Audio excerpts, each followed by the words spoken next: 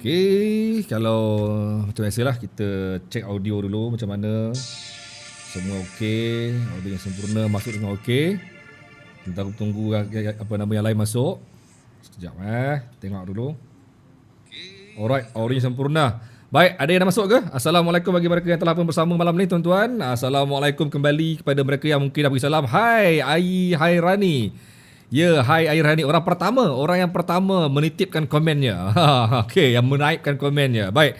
Apa-apa pun, selamat bertemu kembali dalam segmen dari Wartawan Pencerita malam ni tuan-tuan. Malam ni hari Khamis malam Jumaat. Dah baca Yasin ke? Okeylah, baik. Tapi tak apa. Sebenarnya saya memang seperti biasa hari Khamis malam Jumaat kita ada segmen-segmen khusus yang kita bawakan special untuk korang-korang semua. Tapi apa pun yang lebih utama untuk membolehkan ramai orang tahu pasal live ni, sebab lately ramai orang yang dia tak perasan. Dia tak perasan live dah pun bermula, dia terlepas pandang. Dia tengok balik bila dah habis live, tak syok lah kan. Yang terbaik tengok masa live, baru kita boleh nak komen, baru boleh nak bertanya, bersoal jawab. Jadi saya ucapkan terima kasih bagi mereka yang sudi share. Thank you bagi mereka yang sudi share. Alhamdulillah kerana korang punya keprihatinan korang untuk nak bawa orang ramai-ramai. Jom kita malam ni nak bersama dengan panel kita. Hari ni tajuk dia panas sikit ni. Tajuk yang agak tricky, yang agak kadang-kadang menimbulkan keraguan, menimbulkan persoalan. Ya ke? Okey, baik. Tapi apa pun saya masih lagi menunggu korang untuk melaksanakan tugas tugas masing-masing, iaitu untuk berkongsikan live kita. Baik tuan-tuan. Waalaikumsalam Zalidah Idah. Waalaikumsalam Kak Maimunah. Okey, jangan lupa tekan butang share. Dah share belum ni? Jangan lupa share ramai-ramai katanya Ayah Hairani. Thank you kerana mengingatkan mereka-mereka yang lain. Dia simple je. Banyak share, banyaklah orang masuk. Itulah dia. Dan topiknya juga penting. Topik hari ni topik yang best sebenarnya. Topik yang saya kira dia panas sikit, tapi sebenarnya ramai orang yang dia tak faham. Dia tak faham pasal kes rogol lah, kes cabul lah, bawah umur sebagainya. Dan hari ni kita dikejutkan, taklah terkejut sangat, tapi saya hari ni kena buat banyak laporan berita berkenaan dengan isu seorang da'i. Saya tak mahu sebut nama lah, tapi da'i yang dihadapkan kedua mahkamah hari ni. Dua mahkamah dia kena bawa hari ni. Satu mahkamah di PJ, one more mahkamah di Shah Alam. Kedua-duanya atas tuduhan merogol. Dan dia sendiri telah menyatakan dia mengaku tidak bersalah ke atas semua pertuduhan yang dikenakan. Saya kadang-kadang jadi macam pelik pula kan. Kadang-kadang bukan setakat da'i ni. Dalam seminggu dua ni ada pula laporan mengatakan ada ustaz lah, ada guru agama lah merogol muridnya. Dia nak kata macam mana? Rogol ni macam mana? Adakah dengan cara kita pegang orang, kita wak rogol? Itu baru dikira rogol, ataupun sebab kadang-kadang dia kata orang tu aku bawa dia pergi rumah dengan rela hati. Bukan aku tarik dia naik kereta, aku ikat tangan dia, aku ikat kaki dia. Itu baru rogol katanya. Tapi ini tak. Ini aku tak paksa pun. Aku bawa dia cara baik-baik. Aku ajak dia makan di rumah. Aku ajak dia lepak di rumah. Aku ajak dia tengok TV sama-sama. Dia okey. Tak ada masalah pun. Tapi kenapa tiba-tiba aku kena kes rogol pula ni? Apa cerita? Kan? Lepas tu bukan seorang tuan-tuan. Bukan seorang. Yang da'i kita ni saya difahamkan ramai. Laporan banyak laporan polis dibuat terhadap beliau. Jadi macam mana nak klasifikasikan sebagai apa ni? Bukan rogol bersiri. Sebab dia kata banyak yang dibawa tu dengan rela hati, dengan suka rela. Entahlah, nak kata bersalah kan. Baik, tajuk ni panas sebab kita bukan sengaja nak panaskan keadaan, tapi saya rasa sudah masanya kita tahu sebenarnya apakah di sebalik undang-undang negara ni yang mungkin boleh menjerumuskan korang juga. Hati-hati, jangan main-main, jangan buat-buat main bang. Tiba-tiba pula ada hati dengan orang, ajak pelan-pelan naik kereta balik rumah, tapi tiba-tiba lepas 2-3 hari polis datang, pegang, kes rogol. Aku nanya aku ni, kata suka sama suka. Macam mana cerita ni? Baik, apa pun sekali lagi thank you bagi mereka yang sudi share. Saya tengok angka dah makin naik. Thank you terbaik korang malam ni tuan-tuan. Malam ni saya bawa special. Saya tak pandai bercakap pasal undang-undang. Saya ni bukan pakar undang-undang. Saya kalau buka buku undang-undang tu pun naik blur. Menatang apa ni? Menatang apa dalam buku undang-undang ni? Dengan section itulah, akta inilah. Bercakap pasal COVID-19 pun saya dah mula pening pasal SOP undang-undang nak kena saman 1,000. Saya pun tak kerti nak explain. Macam mana orang macam ni boleh kena 1,000, orang macam ni tak kena. Sebab kadang-kadang undang-undang ni dia hanya boleh dirungkai oleh mereka yang fasih pasal undang-undang, tuan-tuan. Jadi pada kes rogol ni pun bukan semua orang boleh sembrono kata itu rogol, ini tak, ini macam lebih kurang nak rogol, ini tak, ini cuma cabul. Ini cuma cabul kata dia. Ini belum rogol lagi, dia baru pegang. Pening tuan-tuan. Tapi apa pun sebelum saya menjemput panel kita, tuan-tuan. Hari ni panel dah lama sebenarnya kita tak dapat bersama dengan beliau. Susah sebenarnya nak dapat dengan orang ni. Sebab dia ni bukan calang-calang orang dia. Personality, artis pun iyalah kot. Sebab kalau dah orang ramai kenal, artis lah. Consider artis lah. So bila artis ni bukan senang nak panggil dia. Dan bila saya panggil dia, bermaksud bernilai apa yang nak disampaikan. Bukan sekadar sembang-sembang kosong, bukan sekadar sembang-sembang syok sendiri, tak, tuan-tuan. Tuan Kamal Effendi ni, saya dah sebut nama ni. Tuan Kamal Effendi ni ialah seorang yang kita tahu memang sering kali menghiasi skrin-skrin TV, majalah mangga tak sure lah. Tapi majalah saya tahu, majalah surat khabar pasal perkongsian dia berkenaan dengan jenayah. Dan dia juga bukan calang-calang orang. Latar belakang media ada, latar belakang undang-undang ada. So bukan bercakap kosong lah kata orang. Tapi tuan-tuan, sebelum saya pergi, saya nak remind sedikit je, lebih kurang dalam minit 2, nak bagi tahu korang, hari ni kes COVID-19 melebihi 2,000 lebih. Hari ni dalam sejarah negara, kes paling tinggi dalam sejarah negara. Hari ni kes paling tinggi dalam sejarah negara, 2,000 lebih. Hari tu 2,100, hari ni 2,000 berapa? Hari ni 2,000. Tinggi hari ni. Mana tadi saya lupa dah. Hari ni kes dalam negara mencatatkan sehingga sehingga ada 5 kluster. Sehingga 2,234 berbanding sebelum ini cuma lebih kurang 2,100 yang paling terkebelakang, tapi hari ini 2,234. Tapi relax. Jangan panik melampau, jangan terkesima, jangan jadi macam orang yang hoprak jingga. Jangan gelabah terlampau-lampau. Kes yang banyak melibatkan tapak pembinaan. Kalau korang yang lepak dengan mak bangla, kalau korang serumah dengan mak bangla, korang patut risau. Kalau korang serumah dengan warga asing, korang patut risau. Tapi benda ni dia melibatkan warga asing, melibatkan kluster-kluster pembinaan. Jadi relax. Okey, itu dia. Noah Farouk Effendi komen. Tonggeng apa dia? Apa tonggeng tu? Lain macam komen dia ni. Tonggeng ni. Apa tonggeng tu? Baik, adoi tak naik pun notification. Entah, saya pun tak sure kenapa lately ni ramai orang kata dia tak dapat notification. Sebab korang dah lama tak follow saya punya Facebook. Itu sebab dia. Sebenarnya sebab utama sebab korang tak buka Facebook saya lama.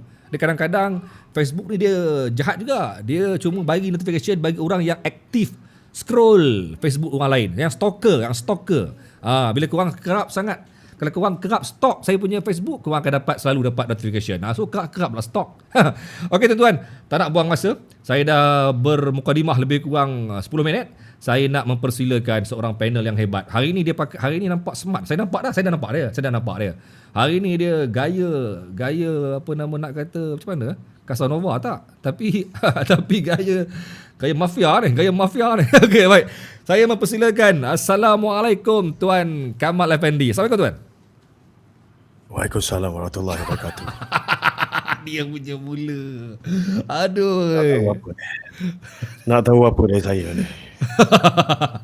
Aku nak gelak tak lain macam ni. Tak ada. Cerita apa ya, dengar tadi mukadimah tu meremang lepas tu sendiri nak cabut dah, kata ini tak boleh ni, kejap lagi ni pasang kejap gini kata kan. Dia punya bakar tu bukan main dahsyat kan. InsyaAllah lah. Alhamdulillah. Apa khabar semenjak ceritalah sikit pengalaman tu, kawan-kawan tak tahu. Pengalaman apa tu? Masuk wad? Tak adalah kalau ada pengalaman masuk wad ke, merenung masa depan macam dah nak mati ke apa ke kan. Amboi, macam mana nak mati ya? Contoh kalau ada. Ingat mati selalu insya-Allah. Ingat mati Ya, selalu. Ni dia kata apa? Dah macam hatan malam ni Tuan Kamal katanya. Alamak. Bisabana. Okeylah tu kan. Tadi tak sempat ingat nak pakai macam tu juga. Tapi tak ada kesempatan. Jadi kita pakai apa yang ada ni lah kan. Natural je. Natural, tuan-tuan. Saya selalu lekat dengan total. Ni natural, perkataan baru. Natural. Perkataan baru nampak. Okey. Okey tuan, sihat eh? Alhamdulillah. Dia cakap tepi tu aku lain macam muka aku. Tu kan dia kata sorry apa nama Tuan Syarif Zero. Ada apa Syarif Zero ke? Ada apa Syarif Zero ke? Ada lah sikit-sikit. Ada lah kalau tapi kiranya pelakon. Kiranya artis lah. Artis dia lah tu. Tengok artis dia kata macam tu kan. Tapi tak apalah, kita terima kan. Ya. Okey lah, lama tak nampak, lama tak dengar cerita, lama sekarang buat apa sekarang ni? Macam biasa lagi, benda yang sama kan, masih lagi melakukan semua benda yang sama, and then bergerak macam sama juga. Ada program TV yang dibuat, kemudian ada juga program-program versi digital, kemudian ada juga terlibat dalam beberapa perkara lah. Sekarang ni tengah nak bertani pula lepas ni. Bertani pula? Lain macam dia punya perubahan tu. Lain macam perubahan itu kan. Orang kata macam lompat pagar betul ni. Lain macam ni. Dia sesekali itu orang kata berbudi pada tanah pula lah. Dia tapi tak apa, orang berbudi kepada tanah ke, orang tukar bidang sekalipun, tapi orang tahu Tuan Kamal ni sumber rujukan utama kalau orang nak bercakap pasal jenayah ni, antara yang media suka cari. Rasanya sebab ulasan saya tu kok, kita bila bagi ulasan yang tak berat sebelah, tanpa prejudis, kemudian fakta yang penting. Ada dua perkara kan, saudara saya ni pun tahu juga kan. Dia sama ada menyatakan fakta atau memberi pendapat. Satu fact and opinion, dua perkara berbeza. Barangkali saya bagi satu yang senang nak faham kot kan. Aku kan tak sekolah tinggi, jadi aku cakap macam biasa je, sebab tu orang senang faham kot. Dia satu lagi sebab orang kita sebenarnya tak suka komen-komen yang terlalu reserve. Yang reserve sangat. Dia reserve sangat. Dia nak cakap walaupun dia bergelar penganalisis. Dalam Malaysia ni bukan seorang je penganalisis, ramai penganalisis, tapi ramai penganalisis yang dia suka reserve. Takut kan bila cakap kan melanggar dasar kerajaan. Itu tak boleh, ini tak boleh. Mana kata kadang-kadang ada orang yang ada kepentingan peribadi ke misalnya, ataupun ilmu tak cukup kan. Jadi kadang-kadang macam itu. Tapi rata-ratanya semuanya kadang-kadang subject matter expert ni dia macam-macam kan. Ada yang pergi sekolah sini, ada sekolah sini. Jadi pandangan controversial ada, pada pandangan yang modern ada, yang liberal ada, yang ortodok ada. Itulah seronoknya kepelbagaian tu. Tapi satu benda lah, macam brother Azrul saya lah kan. Kan yang orang akan, public kita hari ni pandai, jadi dia boleh menilai mana satu kaca, mana satu permata. Dia dekat mana belajar semua ni Dia ada gabung jalin sastra masuk dengan jenayah semua ni, lain macam. Sekolah menengah Tengku Besar Tampin. Okey, great. Cuma satu lagi yang mungkin menyebabkan orang kita kadang-kadang tu dia tak nak dengar sangat pasal sembang-sembang ilmiah macam ni, sebab kadang-kadang yelah bab kata orang tu kita susah nak bercakap sebab takutnya kan kena saman. Terlebih bercakap kena saman. Tak, kalau kita cakap tentang tanpa prejudis, okey je kan. Misalnya malam ni kita tak, bagi saya lah, malam ni kita bercakap pasal apa section tu, kenapa macam tajuk tu lah. Tajuk tu pun aku is tajuk tu kan. Tapi itulah persoalan yang nak diketahui oleh orang. Dah diikut, takkan tu rogol. Persoalan-persoalan ni kita akan bentangkan cara fakta supaya orang faham. Jangan ingat, ada orang ingat ikut tu dah rogol. Tapi ya ke tidak? Inilah kecemerlangan brother Azrul saya ni dalam membuat tajuk yang memang dikendaki oleh publik, kehausan kedahagaan ilmu itu, maka itu yang kita bagi. Cuma Tuan Kamal sendiri agak kalau kita merujuk kepada isu semasa sekarang lah, Tuan Kamal sendiri rasanya, adakah Tuan Kamal terkejut bila lately ni banyak pula kes-kes yang melibatkan mereka yang so-called pendakwah, so-called ustaz, so-called da'i. Well, Macam let mana? me see daripada satu angle yang persis sama, kan? Jadi begini, uh, ada peringkat-peringkat masa dalam negara kita ni, kalau kita rajin tengok, ada bila mana orang menggunakan berbagai kaedah untuk jalankan jenayah dia. Okay? Ada kalanya orang yang menggunakan topeng agama. Ada, jadi ini pernah berlaku. 1970-an misalnya, ada serangan balai polis Batu Pahat, okay, oleh kumpulan mujahidin dan sebagainya. Ada nama-nama dia, kumpulan kripto. Ada juga rencana di mana kumpulan-kumpulan yang menggunakan platform itu bercadang membakar masjid supaya kaum lain dipersalahkan. Begitupun kita pun hidup dalam zaman moden sekarang, kita membaca tentang Daesh, IS, ISIS sebelum tu. Maka kita tahu dia menggunakan manipulasi bagaimana sesuatu yang boleh mendatangkan keyakinan kepada orang dan kemudiannya dieksploit keyakinan itu. Ini ceritanya. Jadi kalau saya tak mau sentuh pada mana-mana kes, tapi saya rasa ramai orang dah tahu. Cuma kalau merujuk kepada nama-nama bukanlah nama besar, nama-nama yang saya tak mau kata berselindung di sebelah agama lah, tapi lebih pada nama-nama yang kita kenal sebagai orang-orang baik. Jadi adakah elemen-elemen itu sebenarnya yang membuatkan mereka ni mudah merangkap orang ke? Sebab dari segi jenayah sendiri, dari segi pendekatan jenayah tu sendiri, macam mana? Baik. Kawan saya bujang kilang tu kat dalam, dia cakap dia nak bagi soalan-soalan yang kau-kau kat saya. Tapi tak apalah. Okay. Gini, sebenarnya dia keadaannya adalah sebalik. Bagi saya lah. Dia kena, kalau kita dah tengok, kita dah tahu perspektifnya, baru kita boleh meletak kat mana ni.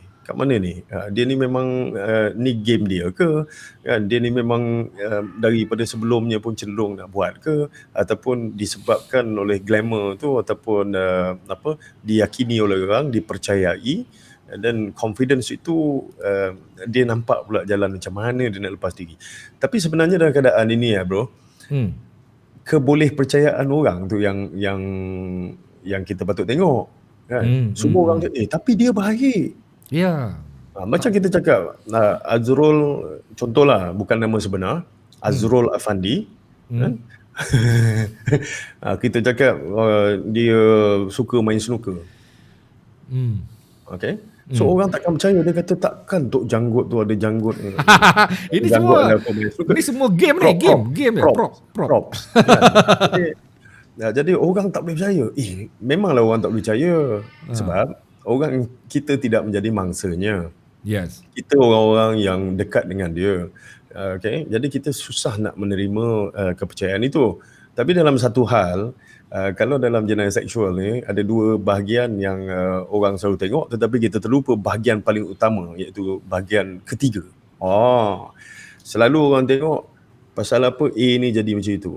Si A ni lah penjenayah dia. Okay. Kemudian satu lagi kita, alamak, dia terstuck sekejap. Saya tak tahu kenapa. Tak apa Tuan Kamal, jangan risau. Dia stuck sekejap je, jangan risau. Ini biasa. Saya pun tak tahu kenapa lately ni internet punya sistem, bukan rumah saya punya hal ni, tapi kadang-kadang internet punya sistem memang selalu buat hal. Tapi tak apa, Tuan Kamal akan Tuan Kamal okey, Tuan Kamal? Dah okey? Dah okey dah. Dah bayar belum subscription Dah bayar dah. Settle semua dah. Saya settle. Tak ada sangkut bil langsung. Itulah, 2 hari lepas tengok notification IKM naik kan. So bayar. Saya dah bayar dah. Dah ambil dah full version saya ambil. Full pro version. Ya sama lah. Tapi makan tahun. Kita main bulat je kan. Okay, alright. Okay. Satu hal yang kita tengok ialah orang ni kita percaya. Orang ni penjenayah ni betul ke dia buat? Satu lagi orang cerita pasal mangsa. Orang terlupa saksi ketiga dalam kejadian ni. Apa dia saksi ketiga? Forensik. Bukti forensik. Keterangan forensik. Dalam itu dia ada, itulah saksi yang sebenarnya. Azrul boleh dituduh melakukan apa saja, tetapi pembuktian itu, rantaian pembuktian, chain of evidence, kemudian bukti itu sendiri, bukti fizikal, bukti dokumentasi ke apa saja, itu juga perlu perhalusi, examine, diperiksa.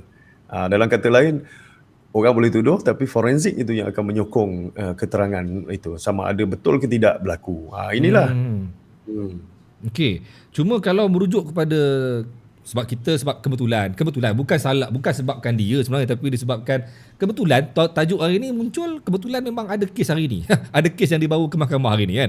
Jadi ya hari ni seorang dai dibawa ke dua mahkamah PJ dengan mahkamah Shah Alam. Jadi kalau merujuk kepada kes itu Tuan Kamal, daripada statement polis sebelum ni pun mengatakan bukan satu kes, malah banyak kes yang dilaporkan kepada mereka, dan juga ada disebut sendiri oleh polis mengatakan bahawa menggunakan jawatan ataupun menggunakan nama sebagai dai itu untuk nak memperdaya, untuk nak dengan ayat-ayat manis untuk membawa mangsa ke rumah, tapi terma dia bawa mangsa ke rumah. So kita boleh katakan persoalan yang pertama, yang pertama mangsa yang dibawa ke rumah itu bukan mangsa bukan terus membuat aduan. Mereka ini menunggu, dan apabila ada seorang buat aduan, maka yang lain pula berantai-rantai buat mengadu, dan akhirnya sampai ramai, daripada satu jadi 5-6 orang. Tapi persoalannya semuanya lebih kurang sama. Mereka dibawa ke rumah menggunakan kata polis, menggunakan kata-kata manis. Jadi kesimpulan dia bukan dipaksa. Mereka ni bukan dipaksa. Mereka ni memang dibawa ke rumah menggunakan kata-kata manis. Itu antara ayat yang polis bagi dalam laporan media pun. Menggunakan kata-kata manis dibawa ke rumah. Tapi selepas di bla bla bla bla tu, mereka tak buat laporan polis pun. Bla tu apa? Selepas mereka dibuat lah. Apa? Nak kata rogol pun tak tahu lah, selepas mereka bermain lah. Setelah kejadian tersebut. Ya. Okey. Mereka tidak terus membuat aduan. Mereka hanya buat aduan selepas ada aduan pertama dibuat. Jadi seakan-akan menampakkan macam ini bukan macam rogol, ini suka dibawa ke rumah. Baiklah. Okey, silakan tuan. Okay. Nombor satu, apa yang pihak berkuasa bagi kenyataan ke apa semua tu, itu macam mana angle dia lah ya.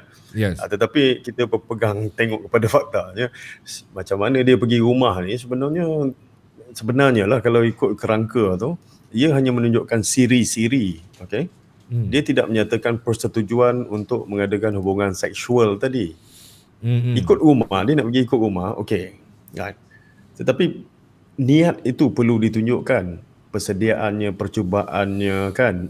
Ini yang perlu ditunjukkan, mengatakan dengan niat, sebab tuduhan dia, kalau dalam tuduhan kes rogol lah 375 rogol 375, 376 tu pasal hukuman, okey.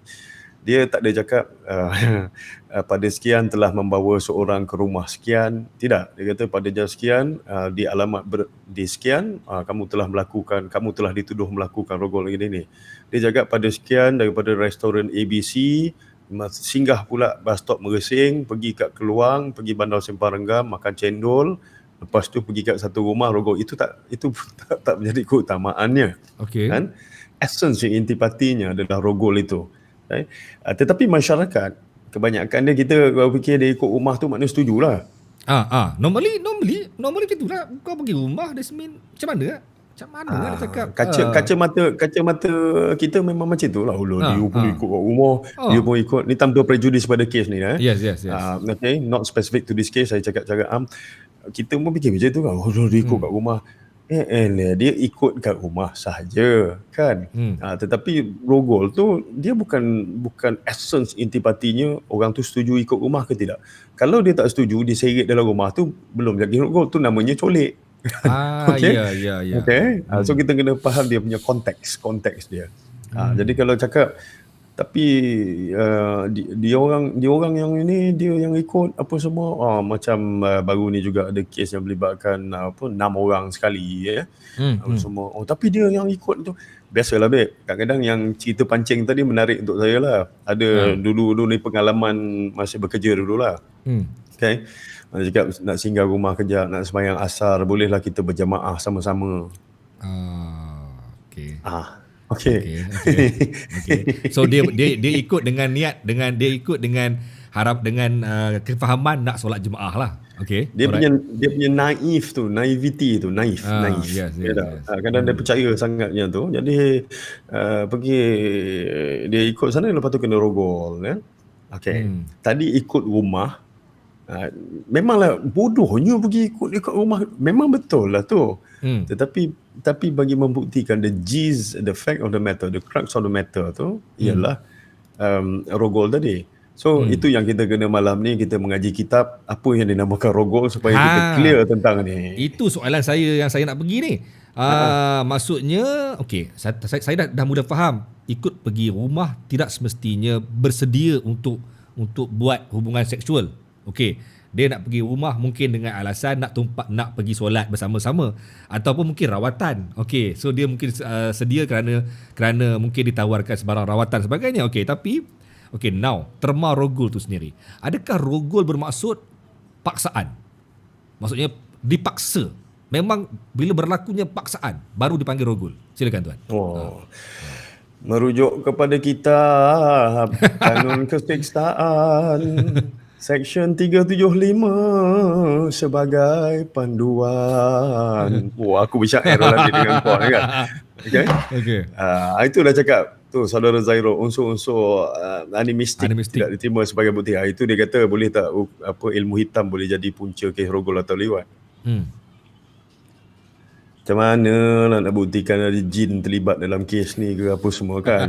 Nak kena panggil pula pawang ke apa semua. Tapi sebelum tu tadi selalu baca tadi terbaca komen. Dia kata apa beza rogol dengan liwat. Okey. Boleh. Satu jalan depan, satu jalan belakang. Ada faham? Okey. Jadi kalau dia buat dalam hubungan yang lain, katalah organ pembiakan lelaki memasuki organ pembiakan perempuan, itu namanya rogol. Tetapi sekiranya organ pembiakan lelaki itu memasuki sistem kumbahan seorang perempuan, maka itu namanya liwat. Ataupun memasuki sistem kumbahan seorang lelaki, itu namanya liwat. Ada satu tau bro. Okey tak aku punya penjelasan? Faham sangat. Tapi adakah apabila saya nak pegang yang first dulu. Adakah rogol bermaksud paksaan? Okay. Dia ada sebut dalam benda rogol ni, section tu dia sebut. Okay. Aku ni taklah arif sangat section tu, tapi bolehlah bercakap kan. Orang lain lagi arif tapi tak boleh bercakap. Jadi terpaksa bergantung pada yang sedikit arif tapi boleh bercakap. Yes. Okay, nombor satu dia tengok umur. Okay, dia cerita pasal umur. Jadi kalau orang tu umur 16 tahun dan ke bawah. Okay. 11 tahun, 16 tahun 15 tahun, 11 bulan, 29 hari. Tak cukup lagi 16 lah. Kalau dia kata, nak, on rogol. Confirm rogol. Kalau dia setuju, sign baik punya kan, siap mati stamp ke atas surat, atas kertas, tetap namanya rogol. Itu apa nama yang kata hati-hati 6 sebatan itulah. Ya. Lebih. Kalau dia kata no ke nak ke now dan umurnya 16 tahun dan ke bawah, no ke nak ke now, umurnya 16 tahun dan ke bawah, dia pun rela, tetap dikatakan rogol. Now ke nak rogol. Mentelah kalau dia kata no, dah tuntut kompor-kompor rogol. Yes. Kemudian kita tengok dalam keadaan kedua pula. Apabila kerelaan itu diberikan dengan jalan paksa.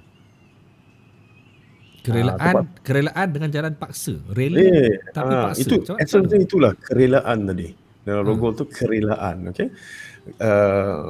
Kerelaan ni banyak interpretasi tau. Ada orang yang interpret, okey, dia setuju katalah tempoh masa tertentu. Ni bukan aku interpret, orang interpret. Okay. Ada pandangan yang katakan kerelaan tu kalau dia kata 20 minit tapi jadi 30 minit, adakah itu rogol?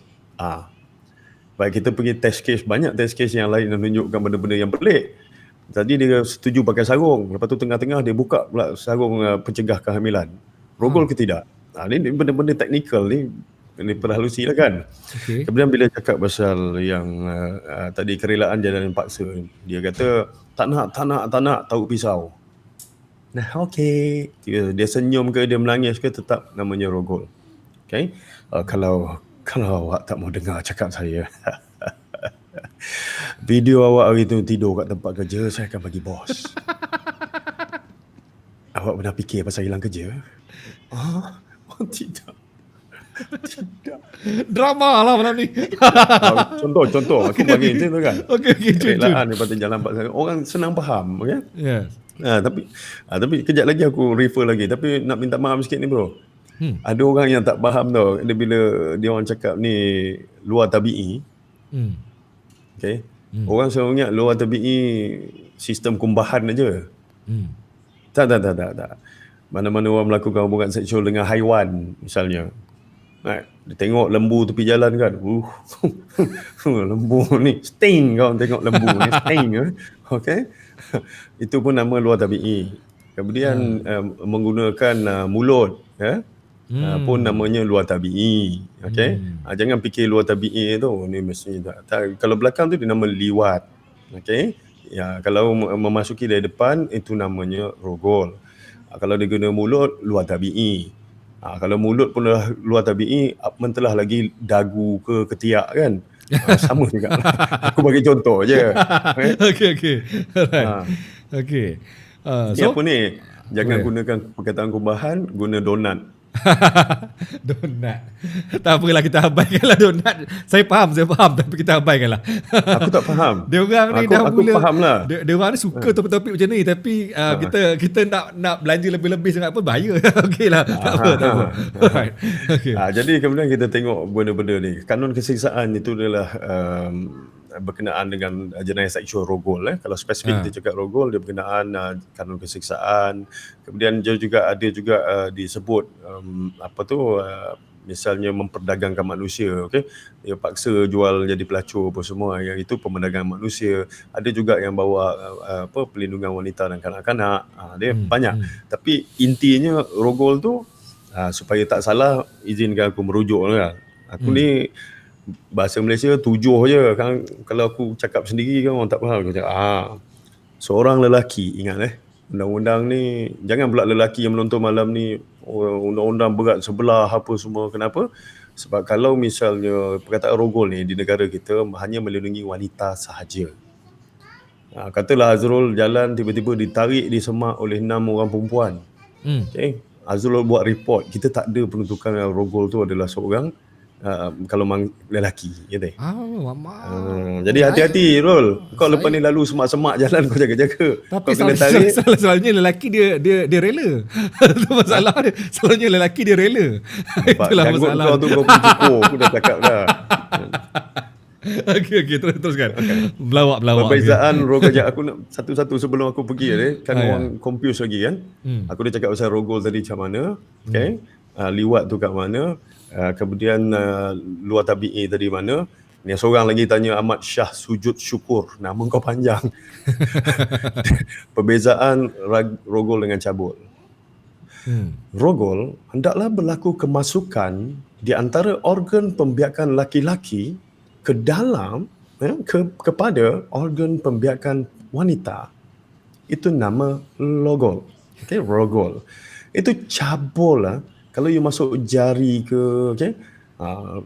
Cabul ni tentang sentuhan. Sentuh saja dah nama cabul. Mana-mana bahagian badan, kau sentuh dagu ke muka, dia tak suka ke, dia tak rela apa semua. Apatah lagi kalau bahagian-bahagian anatomi tertentu, sentuh saja, itu namanya cabul. Kalau masukkan jari dekat organ pembiakan perempuan tadi, namanya apa? Itu namanya cabul. Kalau masukkan objek lain, katalah bola golf ataupun, ni kes betul bola golf, kemudian masukkan barang-barang yang lain, objek yang lain, itu masih lagi namanya tadi ialah cabul. Kalau perempuan tepuk belakang lelaki, lepas tu dia gelak-gelak, adakah lelaki itu dikira cabul? Orang nama Effendi ni tak ada cerita lain ke? Azrul Afandi, Kamal Afandi, Nur Afarul Afandi Go.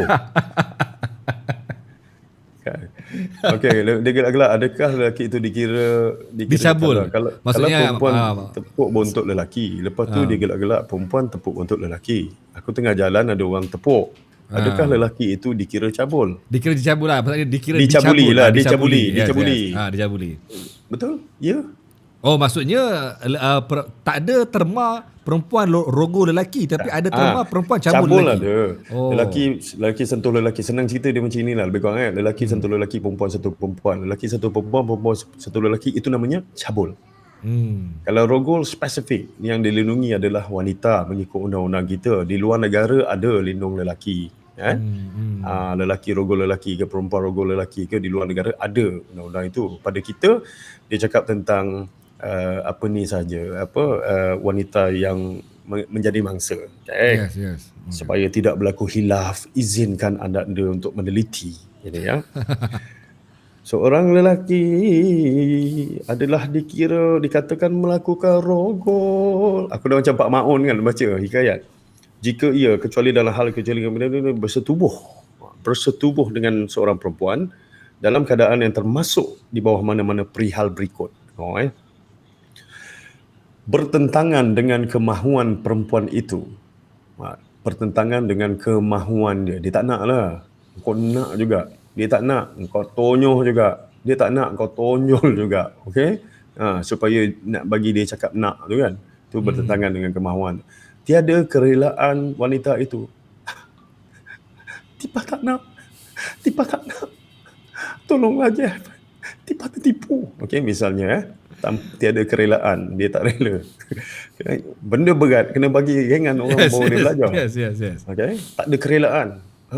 Ku tak rela kan, ku tak merelakan.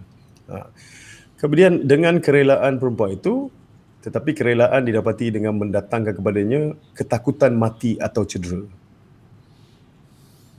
Aku bunuh kau kalau kau tak bagi. Kalau dah bunuh, itu dah daripada rape dia jadi bestiality lah, orang yang mengadakan hubungan seksual dengan mayat kan. Okay. Kemudian dengan kerelaan perempuan itu, manakala lelaki itu diketahui bahawa ia bukan suami, kerelaan diberi kerana perempuan itu percaya lelaki itu seorang lelaki yang menjadi, nampak nak baca undang-undang susah, aku cerita yang senang lah kan.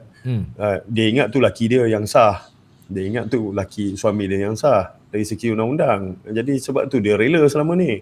Lepas tu cek rupanya kan, kahwin sedikit babe, tak sah. Ada. Ni anak dah 7 ni, macam mana? Rogol ke tidak? Ada berlaku itu. Kalau ikut interpretasi sini, dia cakap macam tu lah. Ni ikut interpretasi kan. Okay. Perempuan itu percaya lelaki itu adalah seorang lelaki yang menjadi atau yang percaya menjadi suaminya yang sah di sisi undang-undang kan. Kau tengah tidur tengok TV, katalah perempuan tengah tidur tengok TV, dengar orang buka pintu kan, malah nak buka mata apa semua, dah tahu orang kat sebelah kan, ons kan, on tak on, ons kan, dah habis dia buka mata kan, buka lampu nak pergi bilik air, tengok-tengok, mujibur, salah orang rupanya. Okay? Itu pun rogol.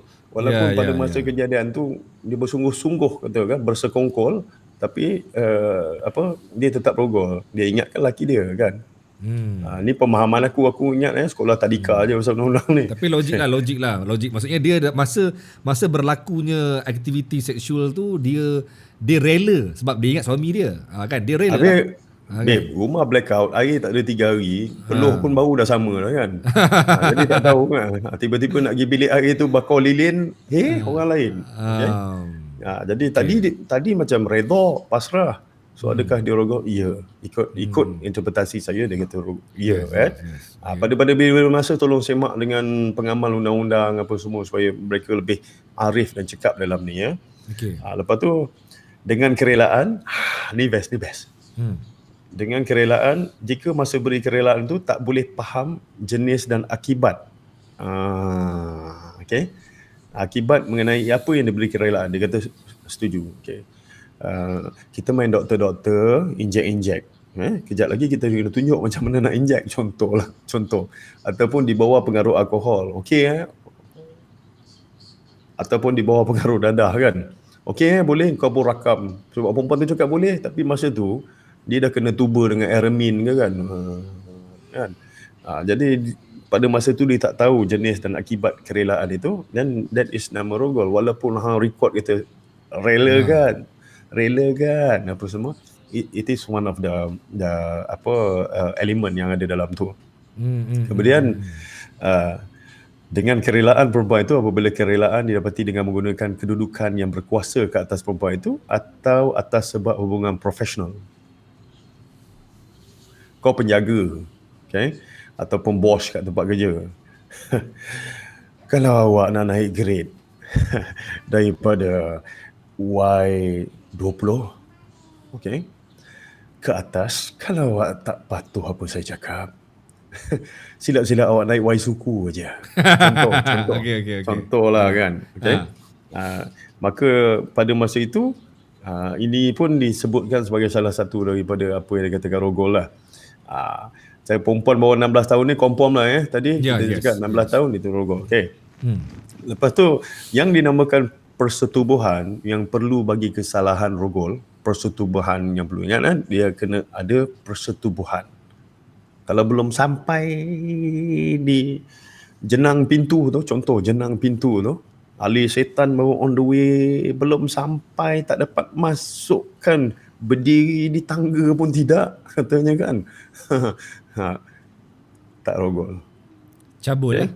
Cabul lah. Dia boleh kira cabul lah, pada pegang lah apa semua, tapi Ha. dia kena ada kemasukan, babe. Nampak tangan aku dah ready je nak tunjuk. Sabar.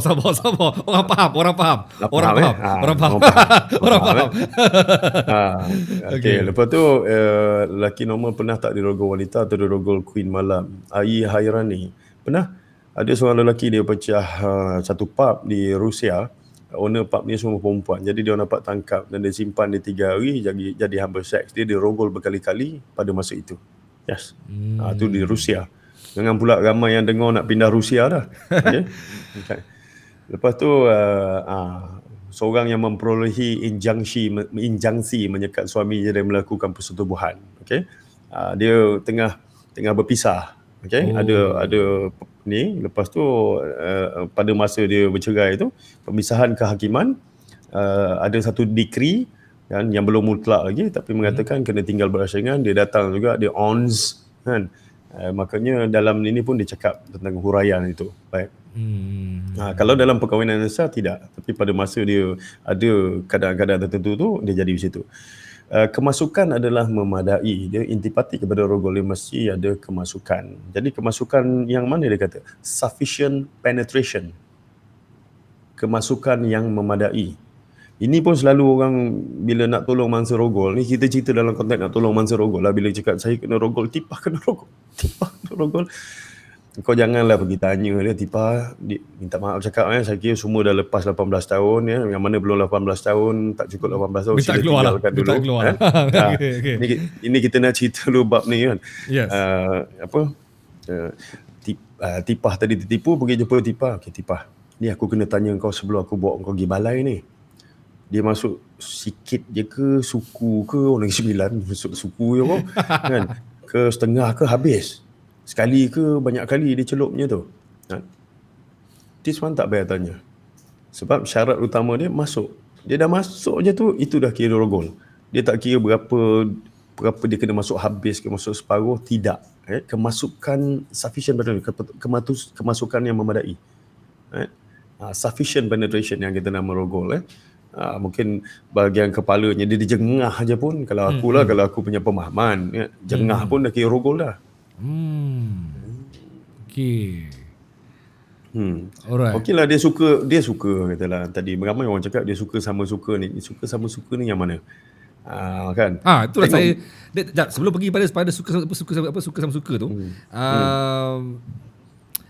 Masalahnya, adakah untuk pakai ataupun untuk klasifikasikan sebagai rogol hanya dengan sekadar dengar pengakuan wanita? Sedangkan okey, kita boleh connect dengan soalan pasal suka tu. Maksudnya suka sama suka. So realitinya memang suka sama suka, tapi sebab dia tak ada saksi, dia tak ada. Kalau tengok bukti, kalau buat kajian, kalau diorang buat forensik, mungkin betul berlakunya kemasukan. Okey, betul, fine. Tapi kemasukan yang pada asalnya suka sama suka. So macam mana nak membuktikan itu rogol? So unfair. Unfair, kau yang rela, tiba-tiba kau pergi buat aduan, kau dirogol. Auzubillah minasyaitonirrajim. Aku akan mengaji, kau nangis. Hari ni hari Khamis. Okay.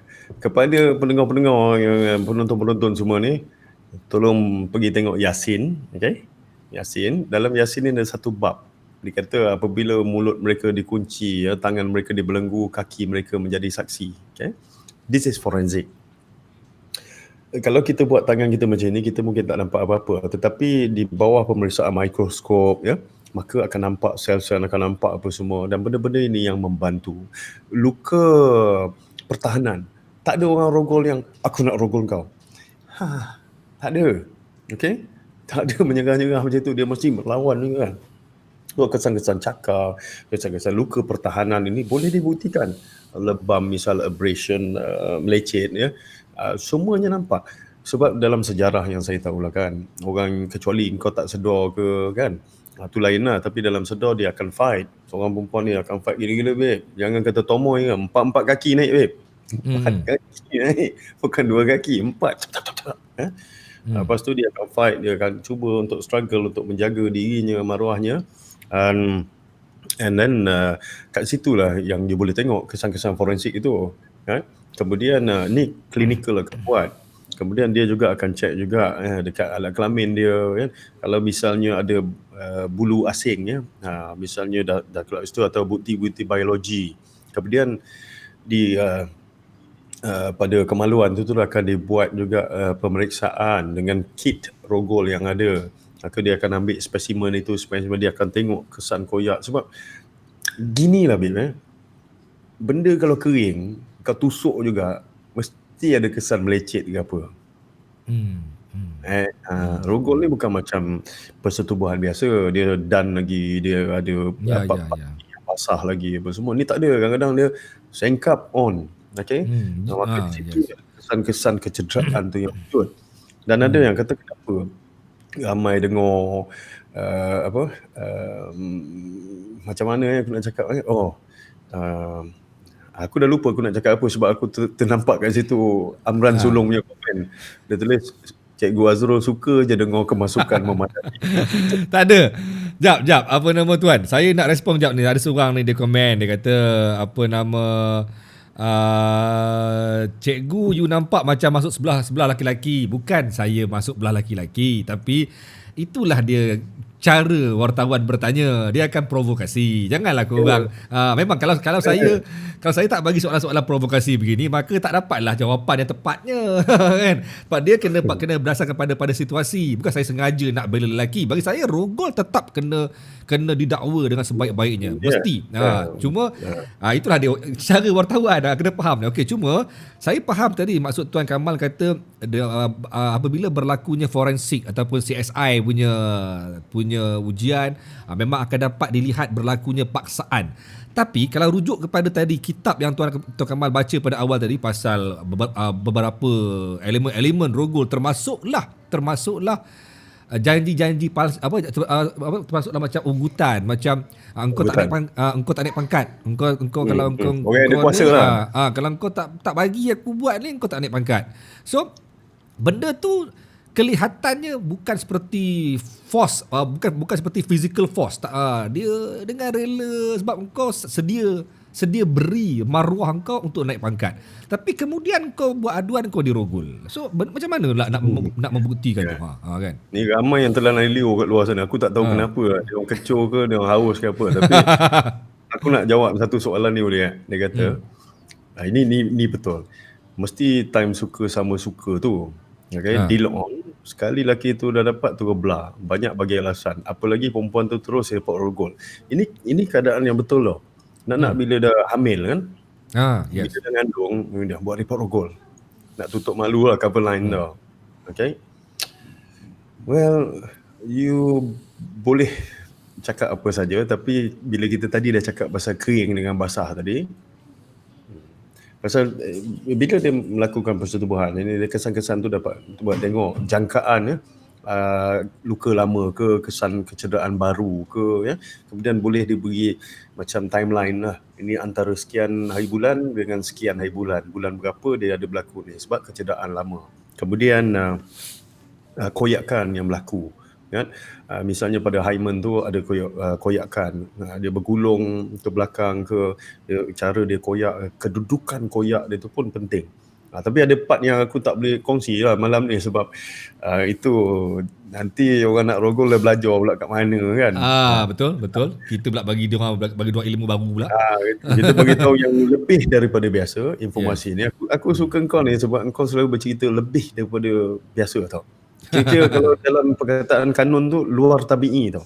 Orang Hai. cerita tak, aku cerita dalam konotasi positif. Okey. Right. Tapi itu tabiat. Jadi orang ceritanya tentang ini, tetapi yang kita bincang adalah melangkaui apa yang mereka boleh dapat daripada luar tu, yang biasa-biasa. Ni bukan biasa-biasa punya pencerita ni. Jadi itu. Apa lagi? Ni dengar cerita ni, aku suka baca dia ni. Kesan-kesan pergelutan DNA kulit, sampel darah asing, bulu, semua tu akan dicek. Kalau kes dah setahun, report kena rogol. Buat laporan perbuatan memang ada koyakan, tapi kes dah lama. Setakat yang aku tahulah, setakat ni untuk pengetahuan siapa ni, Zizan Chu. Okay. Kita tak ada limit berapa tahun dalam tempoh 6 tahun ke, dia bukan macam kes civil, dia kes jenayah ni dia tak ada limit. Kalau ada limit, senanglah bunuh orang lepas 6 tahun kau balik-balik. Jadi kau tak boleh kena tuduh. Jadi itu hasrat undang-undang tu. Jadi dalam kes yang ini boleh buat report, tak ada masalah buat report. Yang menjadi masalah ialah kualiti sesuatu bukti itu. Ia semakin merosot dari hari ke hari. Dari hari pertama ke hari seterusnya, dia semakin merosot. Itu yang menjadi masalah. Bila semakin merosot, ada kalanya ia tidak selamat untuk dibawa ke perbicaraan. Jadi tak selamat. Itu je ni. Jadi buat report boleh, siasatan boleh dibuat, ada kekoyakan, tapi kes dah lama. Cuma kekuatan bahan bukti itu yang kemudiannya yang akan menjadi satu halangan atau cabaran bagi pihak pendakwa untuk membuktikan kejadian itu berlaku. Okey, Apa tuan. soalan tadi sebelum tu? Apa dia? Tadi ada flash kejap soalan. Ni apa nama? Jap. Ni. Jika seseorang pernah melakukan hubungan intim dan hanya berpisah, soalan saya, perempuan membuat aduan rogol, adakah lelaki tersebut boleh dituduhkan? Dia pernah melakukan hubungan intim dan hanya berpisah. Dia orang ni masa buat tu dia orang rela. Couple lah. Dia orang rela lah. Bila dia orang buat tu dia orang rela, tapi tiba-tiba dia orang break. Lepas break perempuan tu buat aduan. Okey, manusia boleh menipu dengan mulut. Aku dah banyak dah jumpa orang kadang-kadang muka suci ke perangai setan. Okey.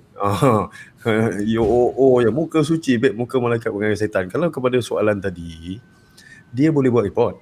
Tapi ingat forensik tadi ada bukti-bukti lain yang aku tak sebut, aku baru sebut sikit je kan. Ada benda-benda lain yang akan menyokong keterangan itu. Kalau tak ada benda-benda tu, report palsu nanti. Ini kena timbang juga kan.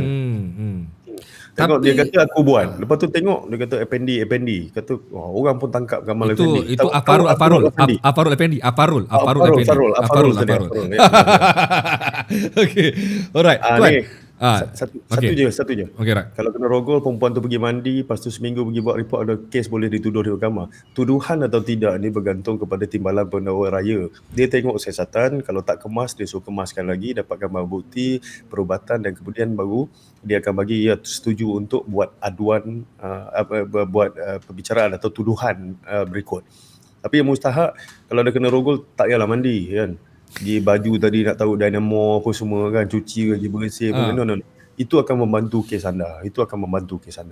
Tapi kalau rujuk kepada okeylah, sebab saya suka ambil contoh paling dekat, sebab dia baru berlaku bukan baru berlaku hari ni, maksudnya hari ni kebetulan naik dalam banyak wall berita harian Metro kan. Laporan polis dibuat bukan sejurus lepas dirogol. Mereka hanya beramai-ramai membuat laporan polis lepas ada orang pertama memulakan laporan. Bermaksud mereka ni asalnya mereka memang tak nak buat laporan. Tapi tiba-tiba tengok ada orang buat laporan. Aku suka kau lah. Kau punya skill wartawan ni dahsyat lah. Sebab you are asking a valid question yang public wants to know. So local standard tu ada. Okay, alright. Okay. Kenapa dia lambat buat report? Kenapa tak lepas kejadian tu buat report? Tadi dah kena nyanyi janji manismu kan. Hati membeku. Lepas tahu kau buat. Dah raya, dah happy-happy je kan. Baik. Cuba tengok daripada sini Tengok sisi gelap pula lah. Aku macam nanti promote aku punya sisi gelapku. Sisi gelapku. Okay. Okay. Kau ada apa ni, air kat situ kat depan? Ada. Minum air apa? Kopi. Kalau bagi kepada 10 orang, suruh dia katakan skala manis tu macam mana, berbeza ke sama? Different. Kau minum sikit, different kan? Different. Itulah trauma kepada mangsa. Okay? Kesan kita kepada keadaan sekeliling kita berbeza. Ada orang yang boleh hidup dengan tekanan, ada yang tidak boleh. Kan? Jadi peringkat fasa mereka untuk mempercayai, mempunyai keyakinan untuk buat laporan juga perlu kita ambil kira. Ini dinamakan Post Traumatic Stress Disorder, PTSD. Trauma, babe. Kau bukan, oh dengan siapa nak jumpa habis macam mana siapa nak percaya kan. Orang tu ada janggut nama Azrul. contoh. Bukan. Afarul. Afarul Afarul. Afarul tak boleh, dia kena bagi kerelaan tu kan. Misalnya, jadi benda-benda ni kita kena teliti lah. Sebab orang cakap bila orang dah buat report kalau tak dah buat report. Kan? Sebab macam aku cakap tadi lah, rasa manis tu berbeza-beza. Jadi trauma tu berbeza. Sebab dia tak ada keyakinan diri. Kemudian dia nak timbulkan keyakinan tu balik. Kemudian tu tengok ada orang buat, okey kau gila kau. Cuba cakap Azrul Afandi Sobri Rogol. Percaya? Tengok muka boleh saya tak? Kalau tanya aku bagi jawapan. Jangan dah. Bahaya ni. Ini trap ni. Itu soalan trap. Bekas wartawan juga kan. Okay. Jadi kebolehpercayaan ni jadi masa. Jadi problem because credibility. Bila khususnya bila kita cakap seorang yang dikenali. Okay? Kau ingat dulu ada perempuan buat report pasal si apa tu? Samsul Debat. Ya. Dia cakap Samsul Debat sudah ni kan masukkan dalam suadalam dia apa semua ni. Satu Malaya setengah ni dah percaya dah betul lah gini. Kan? Right. Orang cakap dia boleh, tetapi kemudian akhirnya didapati bahawa wanita tersebut mengalami masalah gangguan ini dia masalah mental, halusinasi, skizo sebagainya. Kadang-kadang macam kau nanti kau kena lah, kau ada peminat fanatik kau kan. Kau tengok nanti tak ada. macam-macam dia akan buat yang tu. Itu masalah yang akan ada lah. Budak kecil yang kena rogol, dia macam ni, dia kelas-kelas perogol ni ada juga yang kasta rendah punya, memang minta maaf cakap lah dalam bahasa term yang kita biasa guna secara public ni, kasta paria punya kan. So dia cari budak-budak ke apa semua. Kenapa? Dia bukan masalah rogol tu yang penting. Orang besar senang lari, kena kejar apa semua, cari budak-budak umpan gula-gula ke kan, umpan iPhone 12 kan. iPhone 12 kan. Jadi budak-budak ngikut, dia tahu kena rogol. Itu senang kan? Tetapi ada juga perogol yang mempunyai kecenderungan tertentu. Dia suka budak-budak sebab dia juga adalah perogol type pedophile. Budak-budak. Okay? Jadi dia nak buat, dia mesti kepuasan abadi bagi dia adalah melakukan hubungan seksual dengan kanak-kanak. Itu dia. Tapi okey. Kalau refer kepada tadi apa nama aduan-aduan yang dibuat oleh apa yang dirogol, mangsa rogol. Sepanjang pengalaman tuan lah dalam melihat crime dalam Malaysia ni. Bukan senang sebenarnya orang nak serah diri pergi balai nak kata aku dirogol ataupun dia nak buat aduan, sebab dia pun akan rasa maruah diri dia akan terjejas. Aku tak kisah sangat yang muda ni babe, sebab dia orang boleh percaya. Tapi kalau kau umur 60, kau kena rogol, kau rasa kau pergi buat report tak? Itu yang aku risaukan. Sebab bila umur 60 kau buat report, orang mesti pandang kau atas bawah. Betul ke kena rogol ni? Siapa pula yang berkenan? Kan? Contoh lah kan. Yes. Okay. Betul. So back to my question lah. Apa possibility ataupun percentage untuk perempuan selalunya untuk berjaya dalam kes ni? Kejayaan di mahkamah ni sangat tinggi ya. Sebab penelitian dibuat banyak pihak lah ya. Jabatan Kimia Malaysia. Ini orang tak nampak tau yang belakang-belakang tabir ni ya. Bahagian DNA specialist daripada jabatan pakarnya daripada Jabatan Kimia Malaysia. Katalah tadi gebong ke kan. Ada tempih Hailio ke, bahan biologi ke, semen ke kan, yang mengandungi benih ke, spermatozoa ke apa. Adalah. Makna dia terkucil sikit terkeluar situ.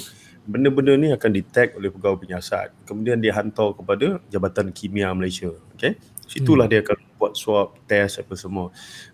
Dalam masa yang sama, keterangan saksi akan cuba didapati, ya. Kemudian hantar pula kepada Kementerian Kesihatan Malaysia, hospital mereka untuk diperiksa, ya, secara klinikal. Kalau dia hidup, kalau dia mati, patologi, okey.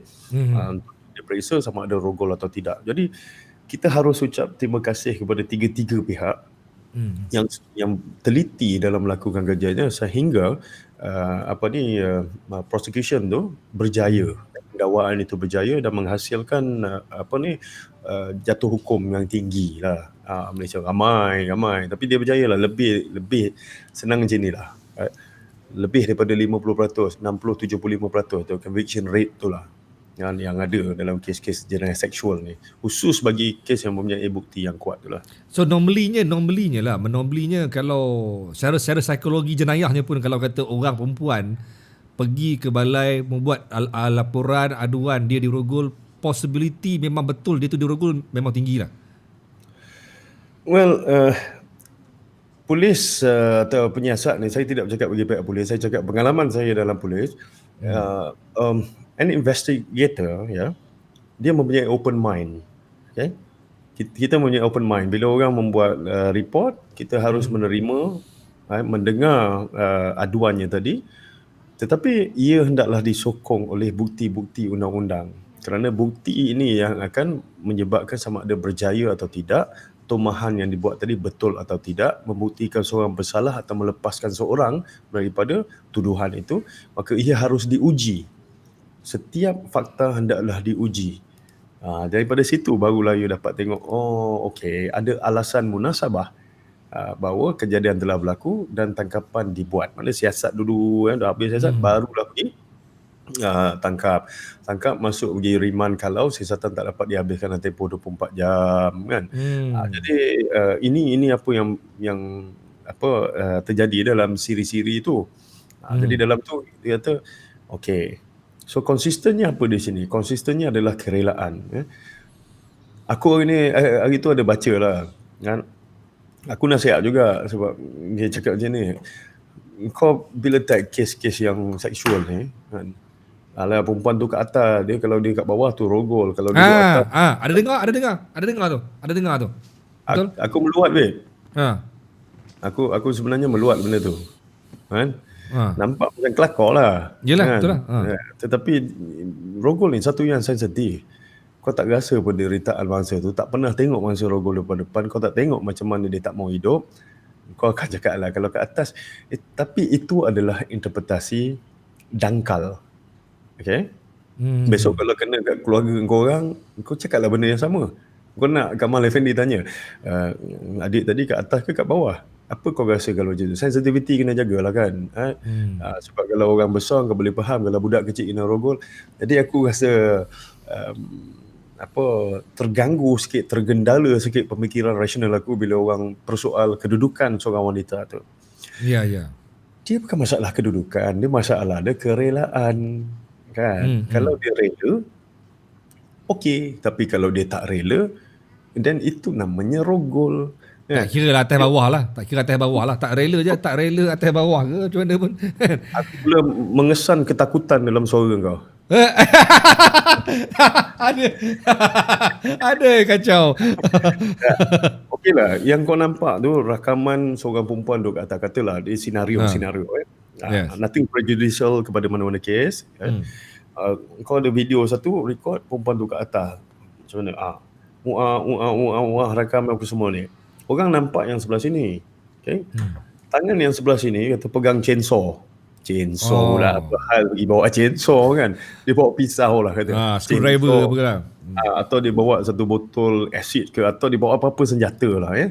Yes. Maka yang kita nampak situ nampak macam rela sebab dia ada atas, tetapi kerelaan tadi didapati dengan jalan paksa, atau dia di bawah pengaruh alkohol, atau dia tak tahu kesan akibat. Katalah tubuh badan dia 24, ini pun pernah berlaku. Tubuh 24 tahun. Tapi akal dia 9 tahun, lembam. Dia tak tahu kalau buat macam ni apa jadi, buat macam ni macam apa jadi. Dia tak tahu kesan akibat perbuatan tu. Itu pun rogol juga. So jangan petikai posisi dia kat mana, bawah singki ke, atas siling ke kan, dalam kereta ke kan, dekat bakul motor ke, itu semua tak mustahak. Dia mengereng ke, terlentang ke, terbaring, semua tak mustahak, sebab esensinya adalah kerelaan. Pegang balik interpretasi undang-undang tadi, yang dia kata adalah kerelaan. Yes. Okey tuan, saya nak respon jap sebab ramai yang kata komen tak naik. Saya nampak naik je pun komen korang. Jangan risau. Mungkin Aku boleh baca je ni. saya nampak cantik je komen-komen korang naik. Apa nama komen-komen Tuan Afarul pun baru naik ni. Saya nampak semua naik. Tuan, kalau kes pegawai yang paksa pasangan tunang melakukan hubungan tu macam mana pula tuan? Apa ni? Tuan, kalau kes pegawai yang paksa pasangan tunang melakukan hubungan tu macam mana pula tuan? Afarul komen. Ya. Aku kalau nama-nama Effendi ni, aku rasa nak tangankan je, bukan aku nak jawab kan.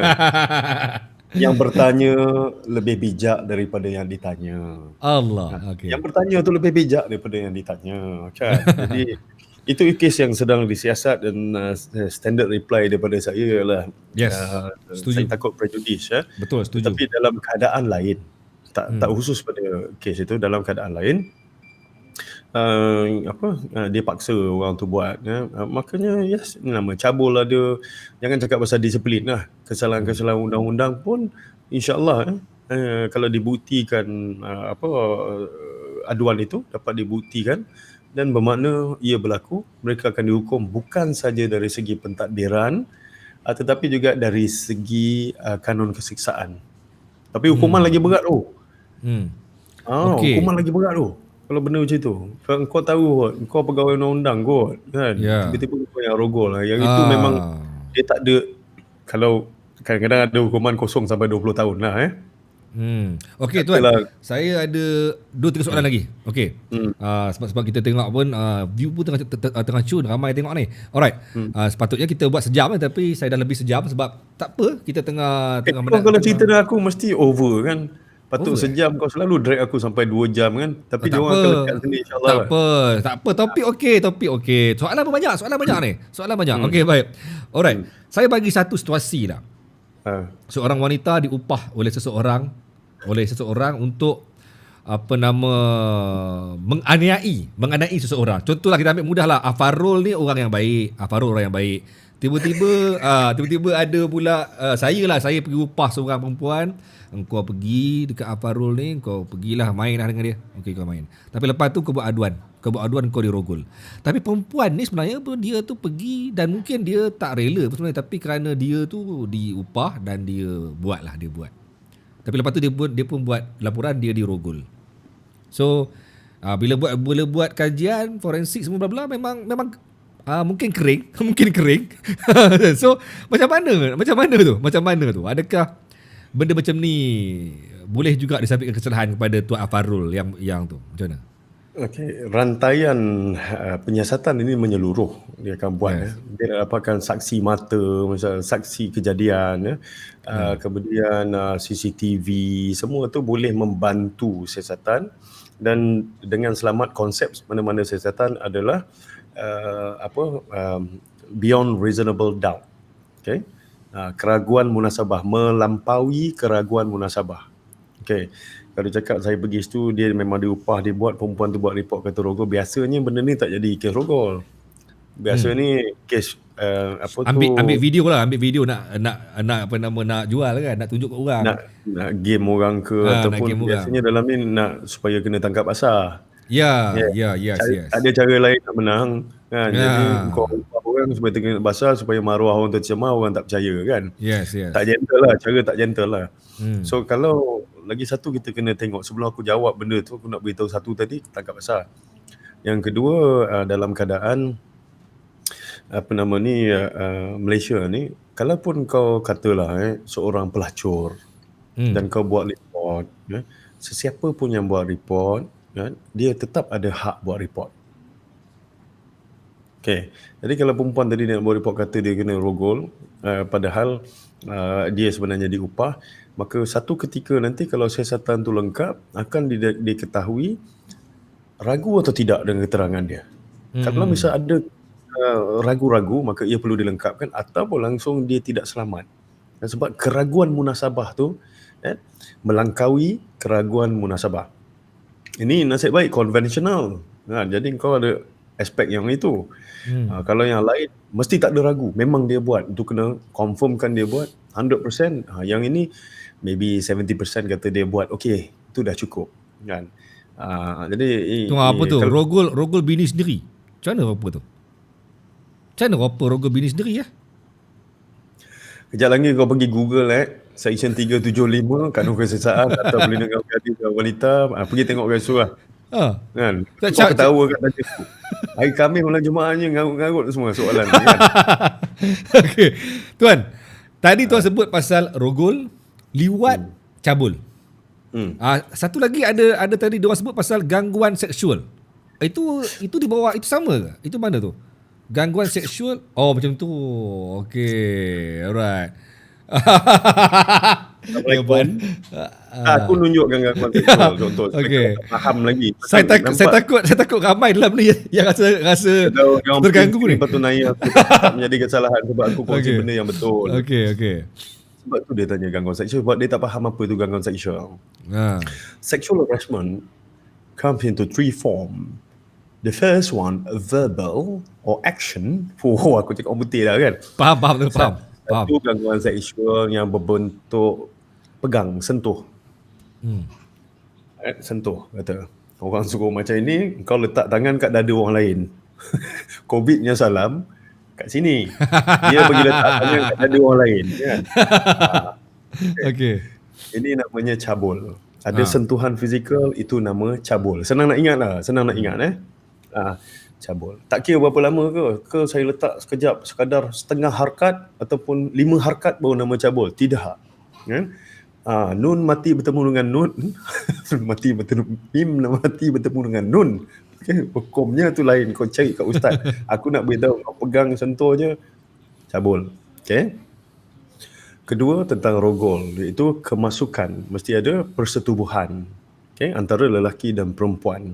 Okay, dalam keadaan tiada rela, dalam keadaan umurnya, dalam faktor-faktor terpaksa, dalam faktor percaya bahawa, okay, ni dah clear. Nombor 3, yang tak ada sentuh, tak ada masuk. Okay? Ni jenis yang tipah, bumper kau besar lah tipah. Kalau memang masa tu bercakap kat belakang kereta pasal bumper kereta tipah besar, dan tak ada masalah. Kan? Tapi kalau masa tu dekat meja lepas tu tengok tipah, bumper kau besar, takkan dia cakap pasal bibir tipah kot. Menjuih-juih besar bibirnya. Dia mesti tentang ni pungkok kan, contohnya. Okay, baik. Dalam lain-lain dia kata, aku kalau dapat kau aku mama. Apa-apa isyarat gerakan tingkah laku yang mengganggu kesantunan seseorang itu dan mengaibkannya bolehlah diseksa dengan penjara tidak lebih 5 tahun. Babe, kalau kau sentuh, max lah 10. Kalau kau tak sentuh, kau cakap je kan. Jenis yang ada kat luar sana, aku kenal kawan-kawan aku. Kadang-kadang dia orang saja ganda-ganda kan. Tapi Alhamdulillah lah, jadi baik. Dia bagi salam, Assalamualaikum. Saja julur lidah je tu boleh bagi salam kan. Itu gangguan seksual. Katalah aku seorang lelaki masa berada kat situ, dia buat. Samalah kalau aku buat report, gangguan seksual lah tu. Kan? Gangguan seksual juga akan termasuk kepada wanita, kepada lelaki kan? Semua. Ya, undang-undang kita semua melindungi semua, walau bayi yang baru dilahirkan. Cuma dalam keadaan-keadaan tertentu, rogol misalnya, dia bercakap tentang wanita. Tapi kalau liwat, kalau gangguan seksual, kalau kanak-kanak haiwan, lelaki, perempuan, kanak-kanak haiwan, itu semua termasuk. Bab-bab yang ini, rogol tadi eksklusif hanya untuk wanita sahaja. Okey, saya faham. Kalau macam cabul dengan gangguan seksual mungkin tak seberat rogol lah dia punya hukuman dia. Okey, so tapi rogol dan liwat macam mana pula? Kau tanya aku apa ni? Tak, kau tanya aku rogol dengan liwat macam. Rogol dengan liwat tu macam hukuman dia? Hukuman ayat dia lah lengkap. Ini hukuman. practitioner. Tak, dia sebab kalau orang biasa faham kalau takat cabul dengan gangguan seksual mungkinlah dia tak berat sangat lah kan. Ini rogol dengan liwat ni sama ke hukuman dia ataupun liwat lebih berat lagi? Aku dengar kau tanya tadi macam kau tanya pengalaman aku. Ada. Kan? Nanti kalau aku tak jawab kau cakap kata SME, subject matter expert, takkan tak boleh jawab. Oh, kalau macam itu kau nak lindung, jadi pelindung apa, champion kepada orang yang didera, maka kau pun wajib kena dera dulu. Kalau kan. Tapi kau rephrase balik soalan kau. Aku nak jawab yang mana satu lebih berat. Yes. Okay. Sectionnya 377 tadi dengan 3, kalau kau tanya aku, pada pandangan aku lah kan, sama je. Okay. Darjah keganasan dia, darjah kekerasan dia, undang-undang dia yang berkaitan. Yang beza tadi, baik sudah rogol 0 hingga 20 ataupun 0 hingga 30. Maknanya 0 hingga 20 ada ekstra lagi 10 tahun kalau kau ada hubungan dengan mangsa. Semua mahram Oh, plus okey. bonus 10 tahun. Okay. Hmm. Jadi boleh jadi 30. Yang kedua, kalau cabul tadi 0 sampai 10. Kalau gangguan seksual tadi 0 sampai 5 tahun. Okay. 10 tadi 10 tahun juga. Baik, bila pergi pada liwat dengan rogol ni, yang mana satu lebih Berat. kan dari segi hukuman? Yes, hukumannya. Lebih berat yang kalau rogol tadi, magnitude sama, okay? Tapi lebih berat lagi yang rogol tadi, sebab rogol tadi ada bonus. Dari segi tu aku pandang ada bonus. Engkau menjaga budak tu ke, dia anak angkat ke, anak pelihara ke, ataupun ada hubungan anak tiri ke, ataupun ini apa, anak sendiri ke, apa semua, dia bagi engkau bonus lagi 10 tahun. 10 tahun bonus. Tahniah lah dia buat macam tu. So maksudnya dalam section apa tadi, dalam akta apa tadi, section apa, section 375 375 pasal rogol. rogol Definisi. yang liwat 3. Liwat 377 ke atas lah, dia ada A, B, C, D, E lah tu. So kalau orang tu dia meliwat, dia akan duduk di bawah 377. Section yang lain. Tapi hukuman dia tidak seberat hukuman rogol. Kan dia masalah tak seberat. Hukumannya hampir sama. Hampir Okay? sama. Aku semak je kan. Jadi supaya tak tersilap lah. Maksud aku dari segi berat tu, dari segi apa? Jumlah tempoh Tahunnya, ke? tempohnya. Kalau tengok tempohnya, itu jawapan aku tadi. Rogol boleh sampai 30. Kan? Macam ni. Ni 376 siksaan bagi rogol. Okay? Sekarang kita baca 376A, sumber mahram. Hukuman sumber mahram. Kan? Lebih kurang tidak kurang daripada 6 tahun, tidak lebih 20 tahun, hendaklah juga dikenakan sebatan nanti. Dia ada banyak-banyak dia punya lah. Aku nak pergi 377 sekejap. Mengajilah kita. Malam ni belajar section. Belajar section malam ni. Pasal to be fair kepada mana-mana pihak. Yes. Especially bila orang cakap dengan kes yang sedang berlaku, mereka baca tentang personality tertentu tu, kita kena fair kepada kedua-dua pihak. Sebab mahkamah yang akan menentukan. Kecuali kalau kita semua sini nak jadi saksi, boleh pergi mahkamah, ramai 470 orang, 500 orang nak jadi saksi ni. Kita kena seimbang kepada dua-dua pihak. Sebab itu kita cakap tentang kes yang dalam keadaan ini, dalam keadaan itu kita sebut. Kita tak sebut kes dia, kita sebut dalam keadaan kan. Well, berdepan babe, aku baru jumpa satu berita. Liwat rakan sel, banduan berdepan hukuman penjara dan sebat. Liwat rakan sel dalam penjara. Tu dalam penjara. Bukan orang kata biasa ke? Kadang-kadang kau liwat orang kan. 377B kandung keseksaan, tertuduh boleh dihukum penjara sehingga 20 tahun. Bagi liwat sehingga 20 tahun. Okay? Sehingga 20 tahun. Now, rogol tadi ada ekstra lagi kan. Itu ekstra tadi lah. Yang ini 20 tahun, yang itu ada ekstra lagi. Dia lagi huru-hara lah kalau dia sabitkan sebagai rogol dan liwat kan. Ada orang sampai 2-2 dia bantai. Iyalah, kalau dia bergantung pada siasatan tu lah. Kalau masa tu yang kuat tu rogol, yang liwat tu tak kuat, ataupun banyak kesalahan berlaku pada satu masa, maka orang yang menyiasat ni dia akan buatlah macam kau bawa motor curi, dia boleh tuduh kau mencuri motor dan memiliki barang curi. Dua-dua boleh, tuduhan pilihan kan. Jadi dia tengok yang mana yang ni lah. Kadang-kadang bila kau PG ke kan, macam okey lah saya sedia terima yang ni, dan dia akan mengambil kira benda tu, dia tuduh kau yang paling berat tu lah. Okey tuan, saya kira sebagai kita punya penghujung-penghujung ni tuan, saya nak bagi kita comeback balik kepada tajuk dia, iaitu tentang dia ikut aku balik rumah tapi lalah aku yang kena tuduh rogol. So comeback to the topiknya sebagai penutup kita punya bual bicara ni. Apa saranan, dan bukan saranan, jangan ajar orang pasal cara nak bawa balik rumah ni. Tapi apakah itu bayar 50,000 kita buat kelas kan. Pun kita takkan buat sebab kita orang lelaki yang, aku pun macam kau lah kan, kita lelaki yang menghormati wanita. Yes.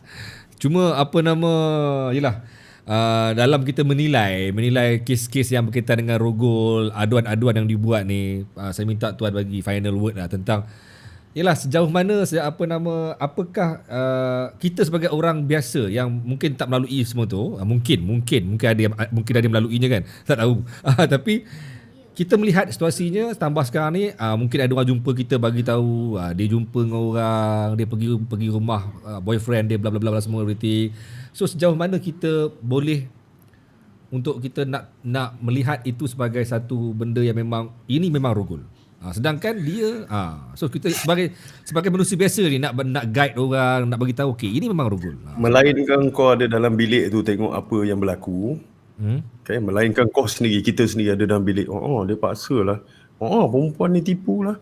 Dan adalah lebih selamat untuk membenarkan ruang ini digunakan oleh pihak berkuasa melakukan siasatan supaya kedua-dua pihak tadi kita akan terbukti siapa yang betul, siapa yang salah.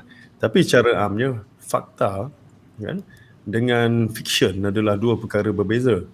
Kita ni, aku tak tahu, kadang-kadang orang cakap lah dia ikut rumah tu, perempuan tu pun sama sun dia, contohlah yang kat luar ni cakap macam tu.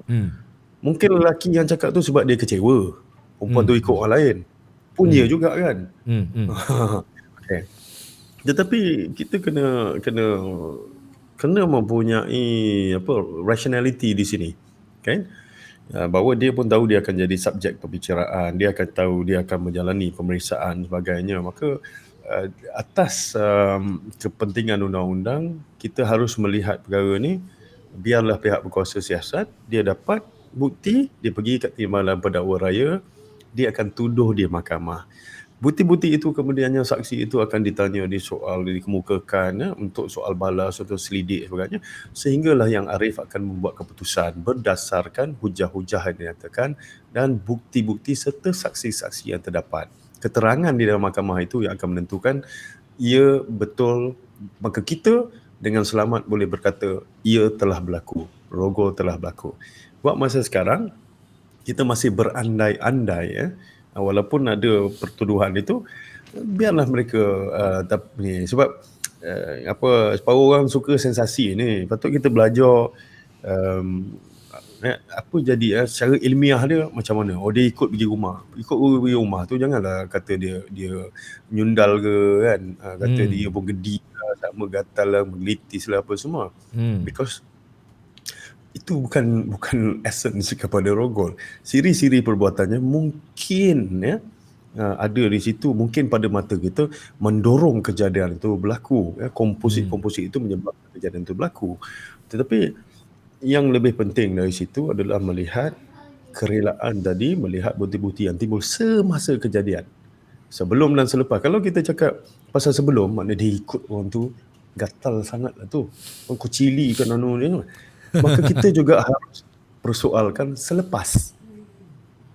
Kalau kita nak cakap perempuan ni kan, dia ikut balik rumah, maka kenapa kita tak pernah timbulkan persoalan lepas kejadian tu apa dia pergi? Kan? Jadi kita harus berlaku adil lah kan. Tu aku kadang-kadang cakap kan orang marah sebab orang fikir pasal satu bab je kan. Tapi kita kena bagi fakta supaya timbanglah sendiri betul tak apa saya cakap tadi. Timbangkan, inilah faktanya kan.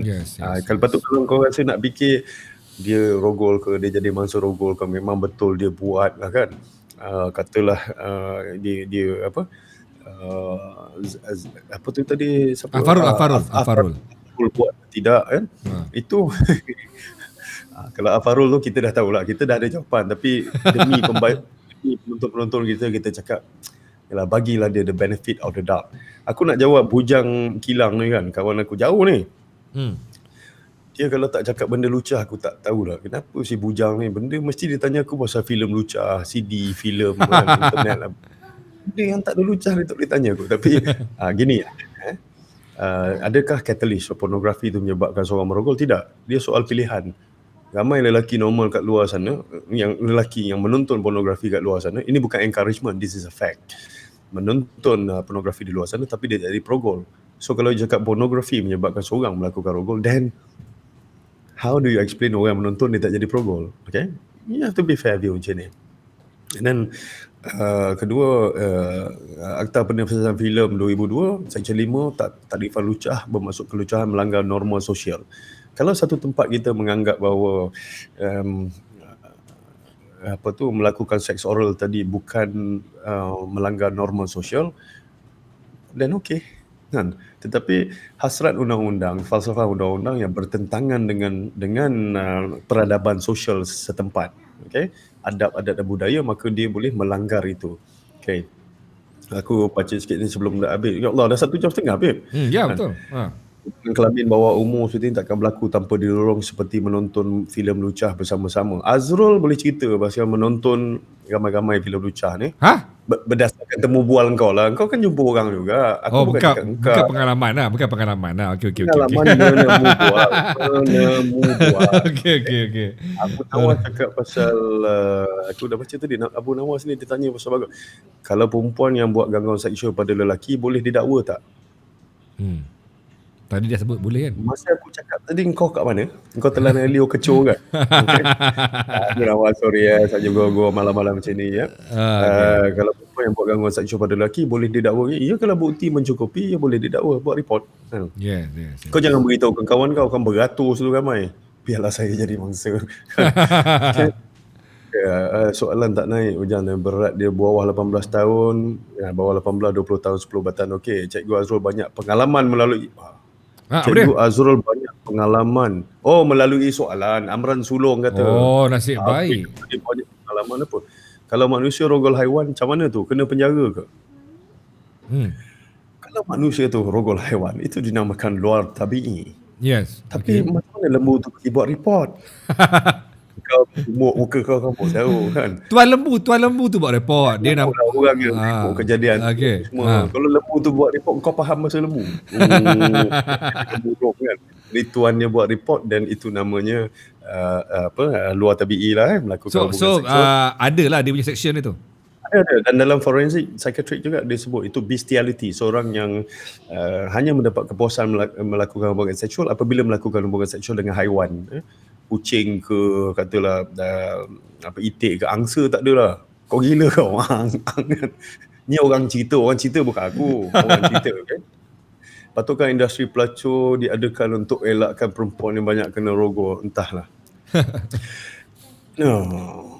Dia bukan berkenaan ada ke industri itu patutkah dilesenkan ke tidak. Dia berkenaan pilihan dibuat oleh lelaki itu. Yes. Lelaki tu yang rogol. Kau tak payah tanya banyak negara yang industri pelacuran dia orang tu dibenarkan, rogol ada juga. Sama aja. Aku nyampah ni tau. Itulah, kau dah tahu tu kenapa kau pakai ketat-ketat. Kau tunjukkan baju ketat yang pakai lipstick merah kan. Kat sini lipstick merah, kat sini lipstick merah kan. Kenapa? Pasal rogol gini-gini. Patut kau tanya lelaki itulah. Yang kau pergi rogol kenapa? Itu soalan dia kan. Kenapa orang lain yang tengok tak rogol kan? Pucat muka cikgu COVID. Aku nak pergi tu cikgu COVID apa ni. Okey. Tuan, okey. Kita saya ingat untuk malam ni kita dah sampai ke penghujung. Alright. Kau sampai nanti aku boleh cakap lagi, kau balik cepat. Kita sebab kita kena konsisten kita punya program ni. Nantikan orang kata program ni kan. Okey. So aku minta maaf pada semua lah kalau aku dah cakap benda yang kasar ke, salah bahasa ke apa. Tapi niatnya adalah baik, itu supaya kita dapat belajar dengan pemahaman yang mudah. Kalau baca yang itu berkarut-karut, susah nak baca, berbelit sana, jadi saya cuba bagi yang terbaik, terjemahan yang terbaik. Kalau ada hilaf itu disebabkan saya. Jadi saya dah cakap tadi, semak dengan yang lebih pakar arif dalam undang-undang untuk melihat terjemahan mereka. Pada pendapat saya, berdasarkan fakta itu dia begini dan begitu. Jadi kalau ikut rumah tadi rogol ke tidak, jeng, follow the fact. And then tunggu sehingga siasatan itu dibuat. Tapi adakah itu rogol follow ke rumah? Pada pendapat saya, pada hemat saya, tidak. Kerana kerelaan itu yang perlu dapati. Painting a picture atau innuendo bahawa persetujuan tu tunjuk persetujuan. It's up to you, your own interpretation. Sebab pada setiap orang, ya, rasa gula itu berbeza. Begitulah juga pada setiap orang trauma itu berbeza. Okey, tuan. Alright, tadi ada yang tanya, ada yang komen, selalulah jemput tuan Kamal untuk segmen kita. Memang tuan Kamal, korang tengoklah poster itulah, korang tak follow kita punya haibahan. Kita dah bagi tahu dekat poster dah, setiap hari Khamis segmen bersama dengan tuan Kamal. So korang tak baca. Okey. So kau kena ni lagi lah, blast lagi ke apa kan. Mungkin masa tu masa masuk hospital ke apa, dia orang ingat dah tak ada tau. Cuma tuan, saya ada orang add saya dalam satu grup, dia panggil meeting room. Rupanya dalam grup tu ada puluhan orang yang jadi mangsa aplikasi apps like and share ni. Saya nak minta satu hari tuan cuba bagi masa sikit untuk topik ni lah, sebab saya nak tahu itu je. Mungkin untuk segmen kita yang lepas ni. Sebab apa saya nampak sekarang ni ramai orang dia melabur dalam apps like and share ni. Maksudnya buat task satu hari 3 like 4 share dapat duit. Lain kali saya tengok dalam grup tu, dia orang buat grup meeting room tu, dalam tu ada berpuluh orang, ada yang kena sampai 10,000, 20,000. Nanti sebelum aku respon, aku nak cakap dengan dia orang, masa kau sedap kau tak cerita kat aku kan. Kau makan dapat untung, kau tak cari aku, tak tanya kan apa risiko benda tu. Bila kau sakit, senak, senggugut, sembelit, baru kau nak minta tolong kat aku macam mana nak buat. Tapi itu aku cakap tu je lah. Aku kan mulut bising, hati insyaAllah lah. Tahu berkenaan tu. Sebab masih lagi saya nampak makin banyak pula app macam tu sekarang ni. Makin banyak, bukan makin sikit, makin banyak pula. So credibility lah. Kau punya website, macam kau punya kan Facebook, kau letak satu apps tu, orang boleh percaya lah. Muka tu ada credibility lah. Ini bersepah-sepah kat luar sana mainnya. You have to know, bila dia buat perisian, kat belakang dia ada mainframe, ada program, okay, ada code. So when dia boleh set, orang tu dia tak ada komitmen macam Azrul atau saya yang perlu berdepan dengan public.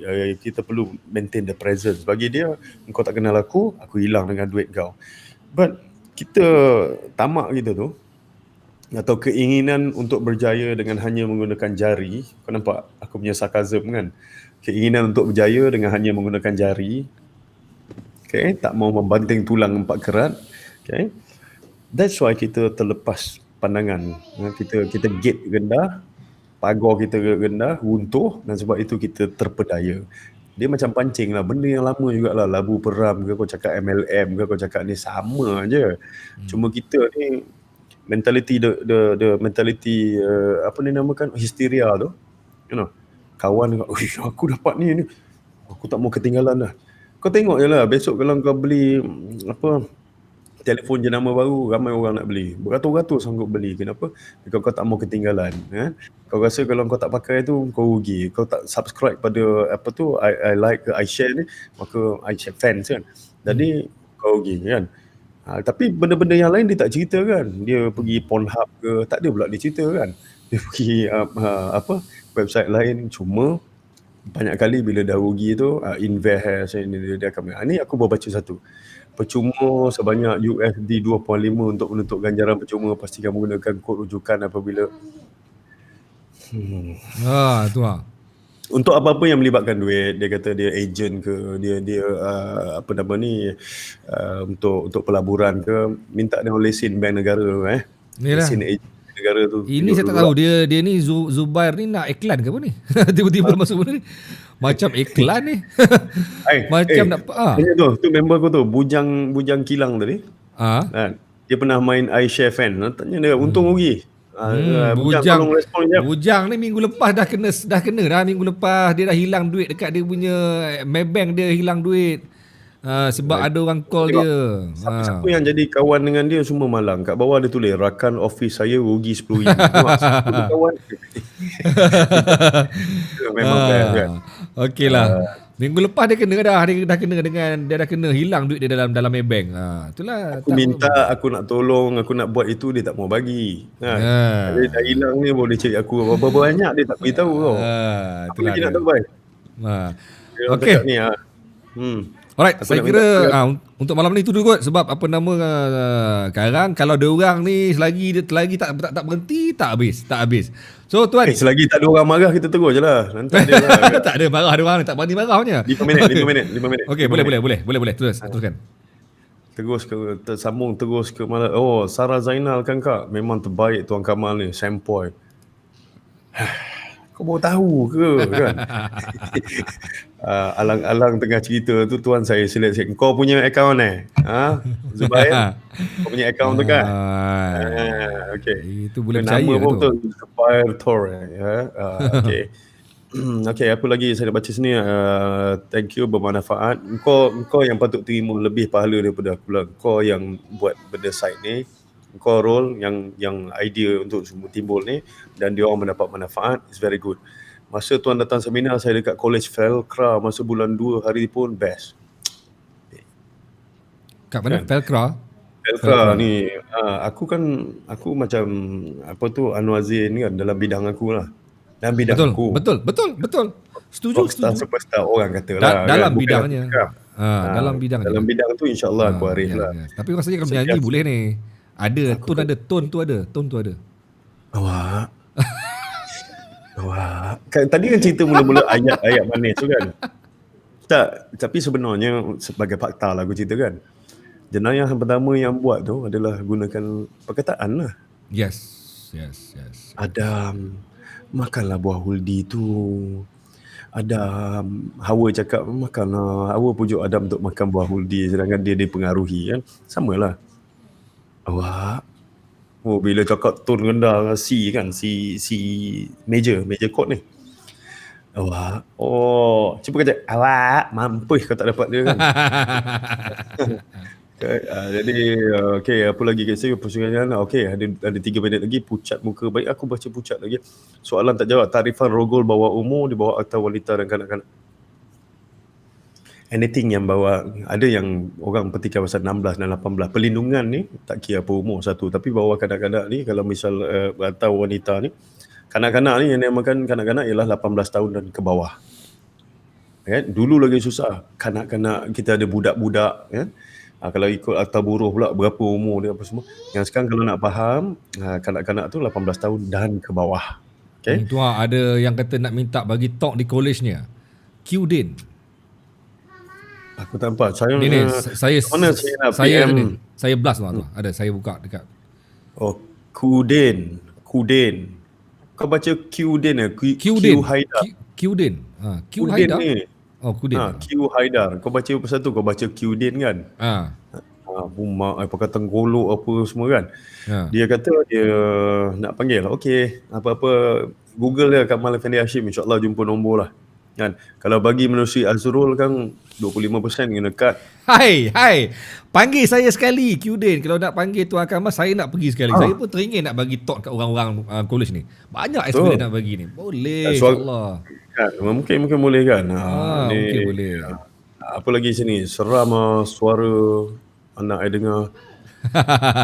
Tidak. Mana lebih seram, suara aku ke yang ini?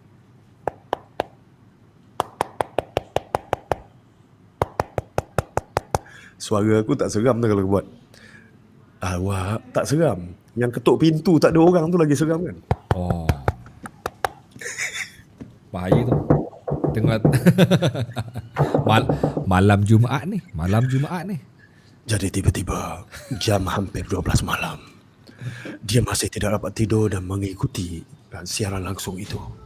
Tiba-tiba terdengar pintu diketuk. Ambil kau. Kan? Lepas ni boleh pula kupas topik bila curi jadi rompak. Amran sulung Amran, yang bertanya itu lebih arif daripada yang ditanya. Kan, kalau kau boleh tanya aku soalan tu, aku tahu kau pun boleh jawab soalan tu. Sebab dia tanya, boleh tak cerita bila curi jadi rompak? Illegal kan. Kata AA apa? Kau sekolah juga kan? Kau sekolah juga kan? Ni apa nama I hope that this topic could be spoken on TV. Selain tu thank you. Okay, maksudnya topik begini dibawa ke TV. Kan? Kenal? Apa pula tak kenal aku kan?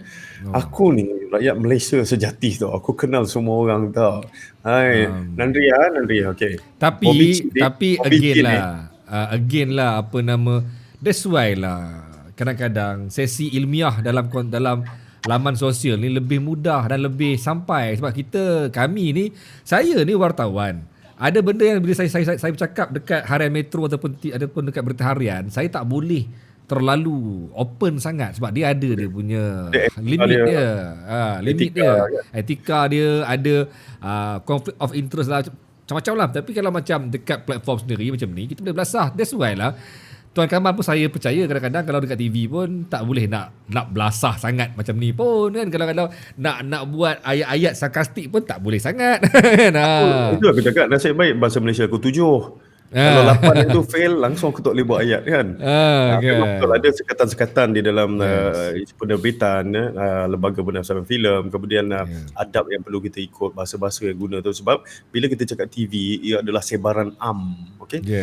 Broadcast. Kalau kita cakap yang ini namanya narrowcast, kepada pihak tertentu, kepada orang tertentu dan sebagainya. Jadi itu dia perbezaan itu. Apa lagi cakap isu ketuk pintu. Muhammad Syukri. Kom. Ni bukan ketuk pintu je siap bunyi kom. Lepas ni, okay, tuan perompak datang rumah kita bunuh perompak. Kita salah ke tak? Kau bagi tahu alamat aku tengok kau buat apa. Tu, si Afarul ni. Dia tanya aku soalan, kalau perompak datang rumah, kita bunuh perompak. Nombor satu, kau cerita kat aku, dia datang rumah siapa? Kalau dia datang rumah aku, yang kau pergi bunuh, kenapa? Dah rumah aku. Kecuali kau tu jiran aku, tu lain. Hak bertangga diri, nyawa sendiri dan harta sendiri. Nyawa orang lain, harta orang lain. Okay? Lagi detektif Conan tu biasalah. Okay, dah tak ada benda kalau malam ni kau dah tak ada tanya soalan lagi apa semua. Bobby Chin tu adalah seorang chef di luar. Jadi dia orang kata muka macam aku. Aku ada 3 orang aku dah jumpa dah. Sebenarnya, Bobby Chin tu nama chef. Okay. Nama chef. Jadi ada 3 orang yang macam muka aku kan. 1 Bobby Chin, 2 akulah, 3 Shah Rukh Khan. Dia orang kata lah. Saya rasa dia dah mula angkat diri ni. Dah mula merepek ni. Tapi aku nak ucap terima kasih kepada kau atas sesi ni yang patut jadi 1 jam. Tetapi aku juga nak ucap terima kasih kepada yang ikut ni 500, beribu-ribu orang, termasuk bunian-bunian makhluk astral juga yang tengah ketuk pintu aku ni. Okay. Kenapa? Malam ini aku percaya ramai yang belajar tentang tu, ramai yang faham sikit, dan dia boleh membentuk kita menjadi lebih baik. Bukanlah niat kita untuk memalukan mana-mana pihak atau prejudis kepada mana-mana pihak, tetapi melainkan ini adalah sesi ilmiah, tapi dibuat dalam bentuk santai supaya kita sama-sama belajar, supaya kita sama-sama mendokong hasrat untuk menjadikan Malaysia lebih berjaya dan penduduk Malaysia itu lebih baik akalnya. Cuma tuan, besok tuan jangan lepas ni bagi saya alamat, saya nak post saya punya buku ni Nanti blur. Engkau ni, aku ingat besok kalau kau naik motor kan, kau jatuh, kau buat buku juga kan? Mungkin. Tapi buku ni rare lah, dengan gambar-gambar dalam Word yang memang tak ada orang share, gambar-gambar dekat PRN, cerita pengalaman saya dekat PRN Sabah, punca-punca kena COVID-19. Okay. Dah tak payah dah. Aku nak bagi kau kejap. Kau cakap sikit, aku tengah tulis satu ni. Sebab kau bagi apa tadi kat aku? Apa dia? Kau bagi apa, buku Buku ni consider. Aku bagi alamat. Saya nak apa buku ni? Apa tu? Tak nampak. Sekejap lagi sekali. Sekejap. Nah. Tak nampak tak nombor apa? Tak nampak. Okey. Tu apa nombor akaun ? Aku bagi nombor akaun je. Alamat rumah tak payahlah. Kau jangan hantar buku kau lah. Apa pasal? Aku suka membaca. Pasal? Bila kau hantar buku, nanti aku baca. Jadi? Nanti aku baca, aku ingat benda dalam tu tau. Baguslah. Tak syok. Nanti sebab bila aku jumpa kau, hari tu masuk-masuk hospital, muka surat berapa? Aku boleh ingat benda-benda tu. Nanti kau marah Alamak. aku balik. Alamak. Tapi baguslah buku ni, saya buat dengan penuh hati dan jiwa ni. Tak payahlah macam tu. Kau nak ngelak jumpa aku, takut kena kan sekarang. Satu meja boleh duduk 4 orang. Satu meja boleh duduk 3 orang. Jaga penjarakan sosial. Kau semata-mata kau nak elak kena pau dengan aku. Kau nak kirim ni. Tak payah. Kau nak face to face, babe. Kalau berani face to face, Wah, tak ada. Kita gentle lah. Kita gentle. PRN Sabah pun kita kedah lah. Sabah tengah havoc dengan COVID-19. Saya redah lah. Tapi balik-balik kena COVID pada muka aku. Lepas bercakap dengan kau, tahu kau kena COVID, kan? Aku tembak mikrofon aku, laptop aku, semua aku cuci. Amboi. Kejam benar. Lagi skeptical. Weh, korang ni lagi skeptical. Ni lagi paranoid. Tak ada lah, kan? Kita nak kacau kau, kan? Okay. Punyalah bengap ni, kan? Sampai sendiri punya mikrofon spray. Sebab dulu saya pernah bercakap telefon dengan dia. Dia positif, nanti saya cuci.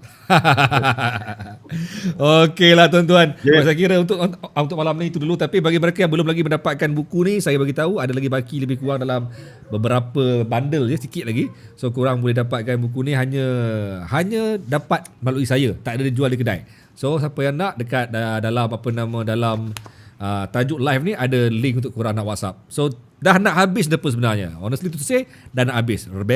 Perkongsian sebenar seorang wartawan yang kena COVID selepas pulang daripada PRN Sabah. Okey tuan-tuan. Seorang wartawan yang malang itu. Yang malang itu. The only one wartawan dalam Malaysia yang pernah kena. Tak ada orang lain yang pernah kena. The only one yang pernah kena. In depth. Yes. Sebab wartawan lain tak cerita pasal COVID. Saya seorang daripada awal 2 hari sampai sekarang cerita bab COVID. Tapi last yang the only one tu lah yang kena COVID. Aduh, pelik betul lah. Makan dek sumpah Makan dek sumpah lah. Okeylah, baik tuan-tuan. Saya kira itulah dia untuk malam ni. Kita akan berjumpa lagi dengan Tuan Kamal. Tuan Kamal, thank you kerana memberi sepenuh masa 2 jam bersama dengan kita malam ni. Hampir 2 jam. So memang terbaik lah. Saya tak boleh nak berhenti. Sebab apa? Sebenarnya ni first time saya tengok 2 jam tanpa henti. View cantik. Tak turun-turun. Dia maintain je. So dia orang ni pun bertahan ni. Dia orang ni bertahan. Tapi tak apa.